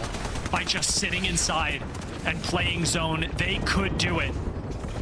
Meanwhile, the GBR Greats will be denied their shot. That leaves GBR Charvas as the closest team to making it. Creamers still have a shot. And with Aku right on the edge of zone, this could be it for Team Germany. This could be the end. As the tension rises, though, we move our eyes towards the center of the zone, essentially. Charvas pretty close right here on the wall. Gets to reset behind that Newcastle wall. Aku comes down to the last man standing for Team Germany. In the river right now as a solo. Gets deeper somehow. Nobody's holding these spots for the moment. If he gets a reset by any means, there's no way. There's no crafters anywhere. There's a crafter on the far west side. There's no way he gets there. A crafter spawns in front of him, Dia! This is... this might be God. This could be whatever you want to say. Something right now is telling Aku is, don't worry. You still have a chance as a crafter spawns in front of him. The rest beacon is incredibly close. This could be the reset that they have been praying for. There is some divine intervention going on for a lot of teams right now. Even Deutschland getting pressured. Can you imagine if Team Deutschland gets sent, if Team Deutschland die and Germany make it? We're down to 15 squads. We're starting to get placement points. Deutschland have a single kill. It is ultimately going to come down to the kills as well. And Winkler's going to go for a kidnap. See if he can get a few more points. Does not find one. Does not think it worth the risk to lose his life here. And fair enough, I don't either. Nah, he might just be going for positioning because they're not in zone, potentially. Now, 3 teams are sharing the same building. They're playing the outside of the building. Might be better off doing that, actually. As long as they don't get swung from either side, they should be fine for the moment. But that window is dangerously close. Did Aku craft? I actually don't know what's going on with Germany. We can't keep track of 2 teams at once. It is impossible to do. We are, however, going to take a listen in with Team Deutschland, see how they approach it. Die Wall muss mehr Richtung hier sein. Pick mal die Wall hier auf bei mir. Und tu die mal hier hin, dass ich hier picken kann. Rechts von der Kasse. Ja, ich versuche hier rüber zu klettern. So. Das Team ist da hinten. 180, ja. Nächstes One. Nice. Wird von links abgeschossen. Hast du aufhängen links, okay? Use Axel Team, wir werden noch. Team 2 runter, ja. Bin safe, läuft. Gib die uns. Kannst du keine Ecke, ja. Okay.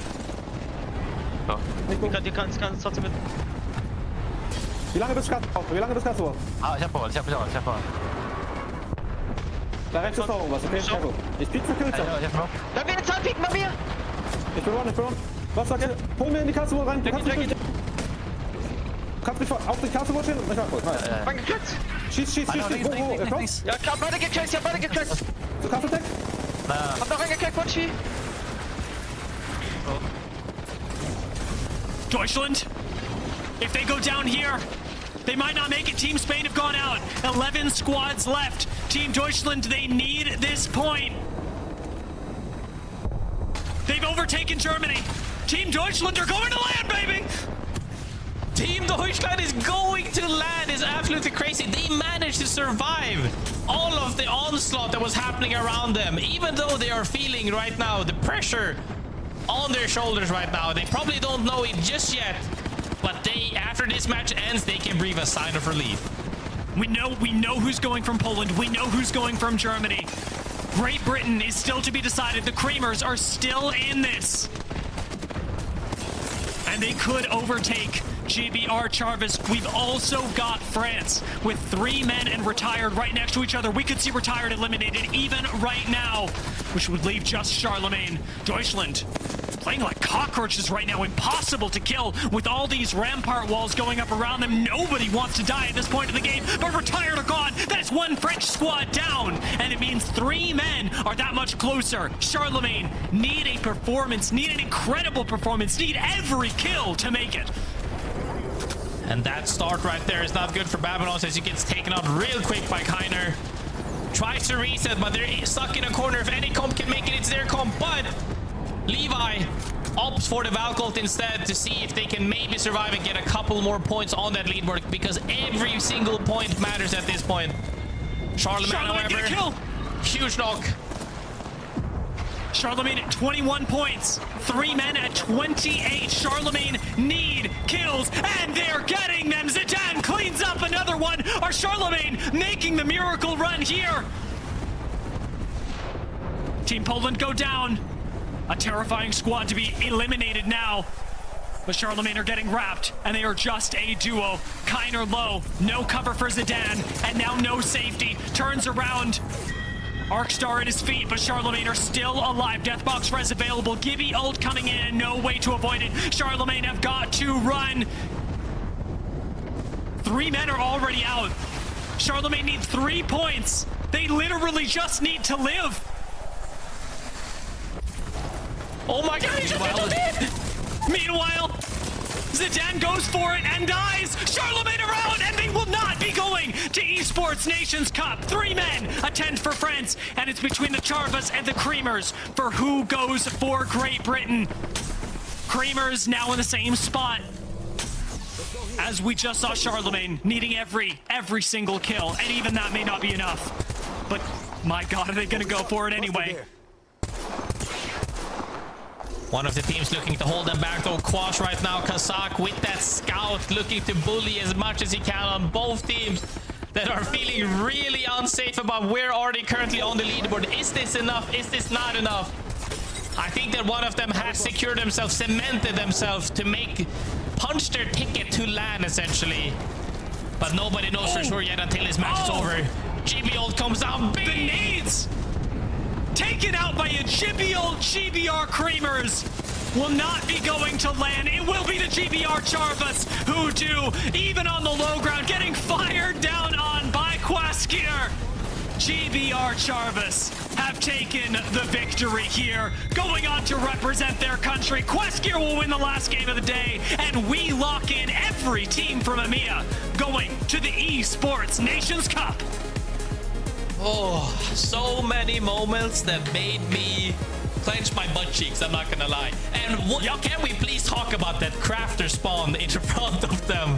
That one was almost made to happen. It was a miracle that just spawned out of nowhere just to save it. But I think he didn't go for it because there were too many teams around him. Opted to get out knocked out earlier than the game ended. Came down to the wire where Deutschland had to survive for just 1 or 2 extra points to make it through, and I believe they got pushed over to make it to representing their country. And I mean, a great win for Kazakhstan right at the end. To pick that up is a really nice boon to their points, is a really nice boon to their seeding. But you and I have gone through so many 6-match series in Apex Legends that when you get to this final game, you're trying to make it up as far through the leaderboard as possible. So many times the result is determined beforehand, and Poland dominated today. Poland were the best team in this finals by a long shot, and they could be very proud about going on to represent Poland in the Esports Nations Cup, confident in taking this away from SJP2. As tough as I'm sure it is, it's got to feel amazing to know that you're going to go on to represent your country.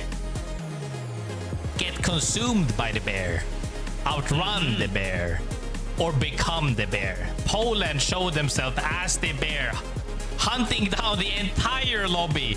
I would almost say quite easily. They were in so many endgames. They have 45 kill points and the highest placement points across the board. They were the most consistent and frag heavy team at the same time. Phenomenal gameplay, but I will say that roster is looking stacked, and they will probably have great results on the LAN in the future.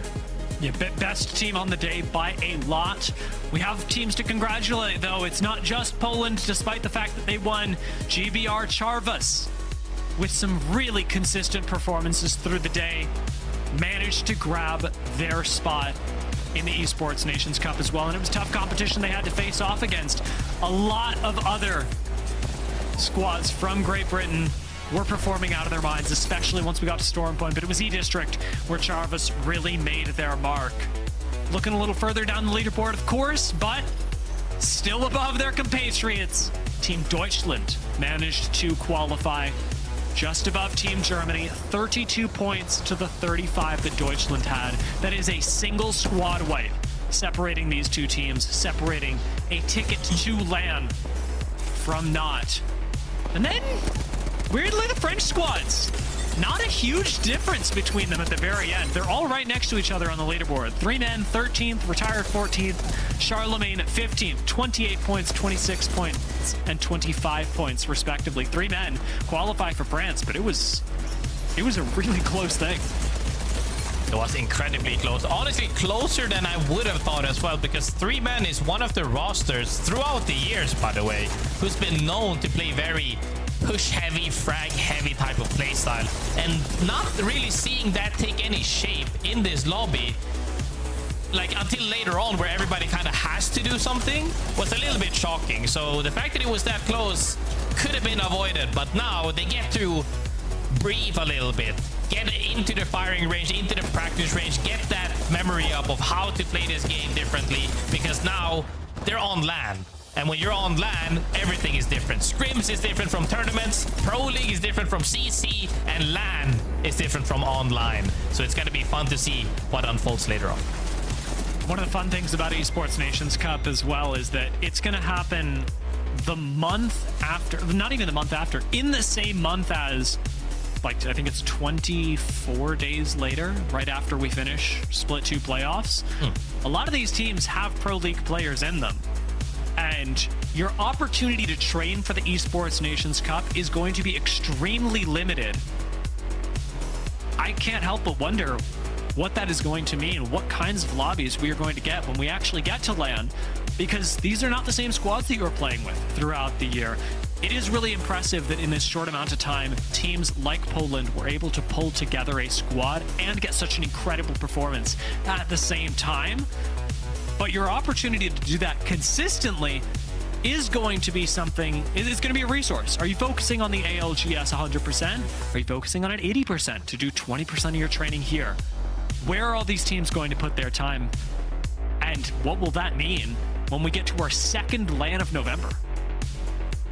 I think really the best way you have to go on about it is prioritize your team always. That should be your #1 priority. But yeah, as you've seen as well, they've taken quite a bit from their teams going into this tournament, where the person IGLing the roster for the Nation Cup is not the same as the person IGLing for the Pro League or ALGS team.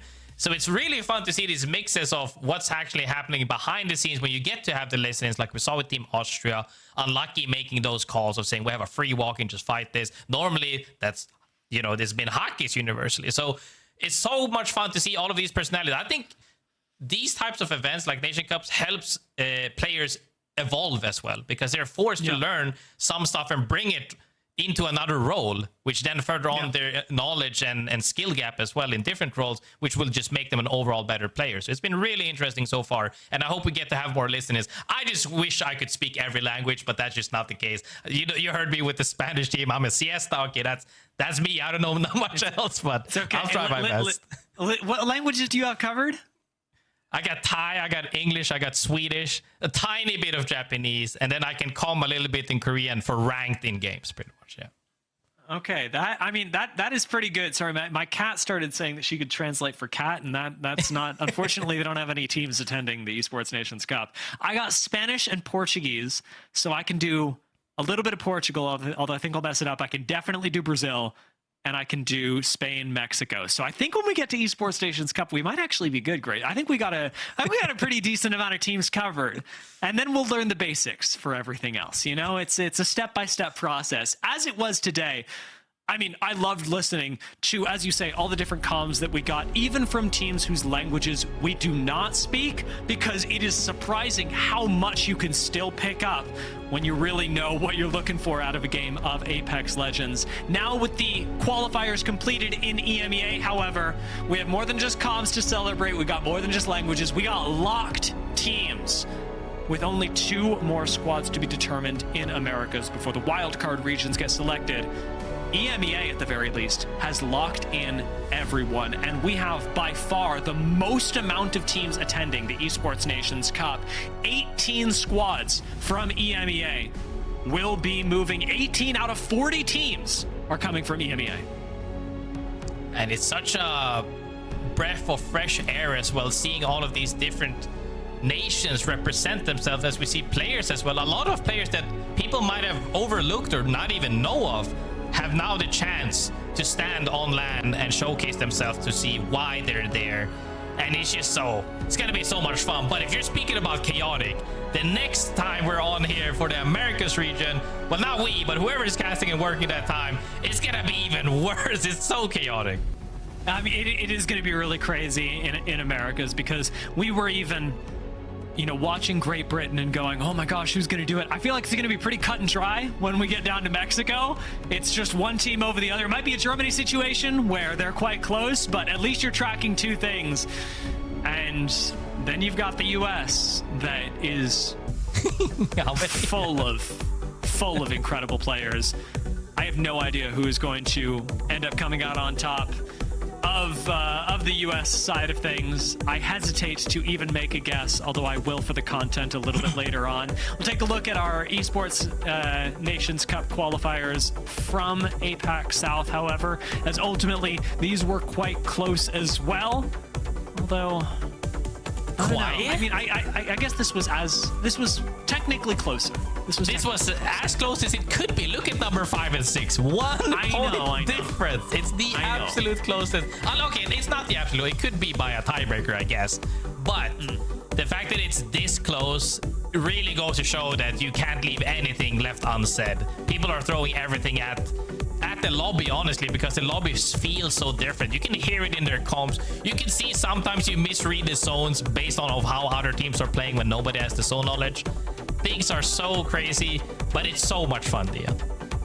It really is. I mean, the Esports Nations Cup has been such a breath of fresh air when it comes to seeing how teams can translate a little bit of national pride into this as well. I mean, it is very exciting not just to go, oh, look, this player is doing very well, but look, this player is doing very well. And that means their country is doing very well. That means people, you know, people have, I think, especially for fans of other games that maybe haven't seen as much Apex, they're going to get to watch this at the Esports Nations Cup and have something to cheer for before they even find out who the teams are.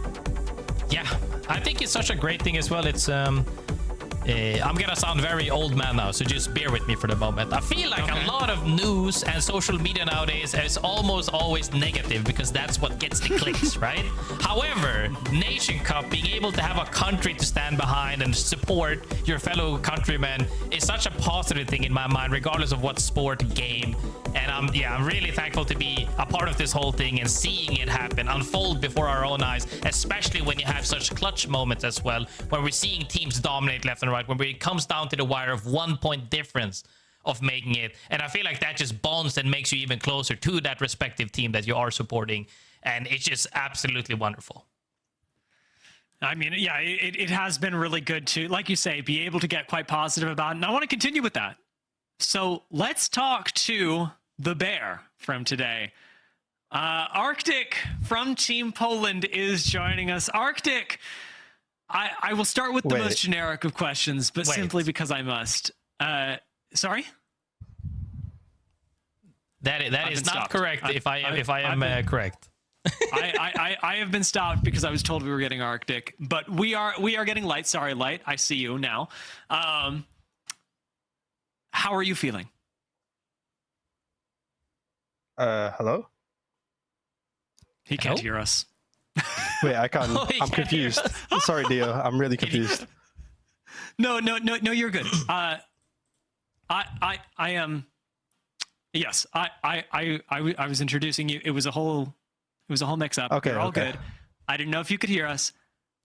We are experiencing trying to put together a broadcast. However, everyone can hear us. I'm glad you can hear me. I wanted to ask how you are feeling because it was an incredible day from you guys. I'm feeling amazing, man. I'm so happy. At what point in today's lobby did you realize that you were going to represent Poland? Because you could kind of see it coming. Sorry, Dia, it's Team UK. It's GBR, Theo. Yeah, GBR. Why are we changing? It's okay. It's okay. I'm doing fine. I'm doing fine. I'm doing fine. Okay. We're going for the Team UK. Okay. I'm doing fine. Graceful, help me out. Give me a question. I'm tilted. First, Arctic, right? Yeah. My friend, how are you feeling after being able to hug you on LAN? I knew things was brewing. The passion in your eyes have always been there, and now finally I get to see you perform to the extent that I think most people have had for you since your up comments, right? And then we had a little bit of a low sailing for the moment, but now I would say this is what I expect from you. I say that as an individual to you, but obviously congratulations to the whole team. But seeing you play phenomenally, how many endgames were you in out of 6? I couldn't even tell you, Grace. I don't know. I just know we played amazing. We got 1 win, 2 second places. The macro was crazy. I've never seen anything like it from Jens, but it worked. That's what I'm saying, really. Like, fantastic work from you, Jans, and like the whole team has been doing absolutely great. So seeing you so happy as well. You've been deserving it for so long. Really happy to hear that. So how do you feel the lobby played out a little bit differently? Because we also we had some listeners and stuff as well, and people have been playing a little bit differently depending on how the other teams are playing. Some aping was definitely happening in match 5 and 6, and then some people misread the zone when you thought other teams were playing around you, where that the zone would be on you and it wasn't. How did you feel this lobby is different from your typical Pro League or potentially other LANs experiences? The lobby was just so sporadic, like it was chaos. I mean, usually in Pro League and in higher lobbies, you know all the teams around you, you know how they play, but obviously with the national teams, it's just a mix of random players. You don't know what they're going to do, where they're going to play. It was really hard to tell, but I think we did a really good job at like just fighting off any inters, to be honest. Quick question, because we Grace and I were talking about that as well. We have a whole Pro League split going on. Oh, sorry. We have a whole Pro League split going on even between now and Esports Nations Cup. How are you planning to approach the practice for that, given that you have a whole ALGS season between now and then? Like, what does this look like? What version of this team are we getting at LAN? I have no idea what's going to be happening between now and Pro League and the Nations Cup LAN. I'm still LFT. I don't have a team. Nobody wants me, but here we are. So hopefully this is an eye-opener for some people, and maybe this should pick me up. I imagine that it will be. Grace, you know, a lot of people have been there. It is tough, but you do get out. Yeah, I mean, this is I think this is the spotlight to showcase that you have what it takes, and you always had. And sometimes this is all you need for people to actually start looking at you. Even though Nation Cups was chaotic, a lot of teams that people were expecting to have great results didn't have that great results as well. Some of them did, but most of them actually fell kind of short. And the fact that you could stand above most of them, head and shoulders, and still perform to this result is a great showcase of why you should at least be given trialing to see if you can mesh with other teams. So I really hope that you get opportunities more from the future for one. Thank you so much, Grace. I really appreciate that, man. And I mean, like, having come from a very intense weekend, at what point in the weekend did you feel most challenged? Because it has been 3 big days.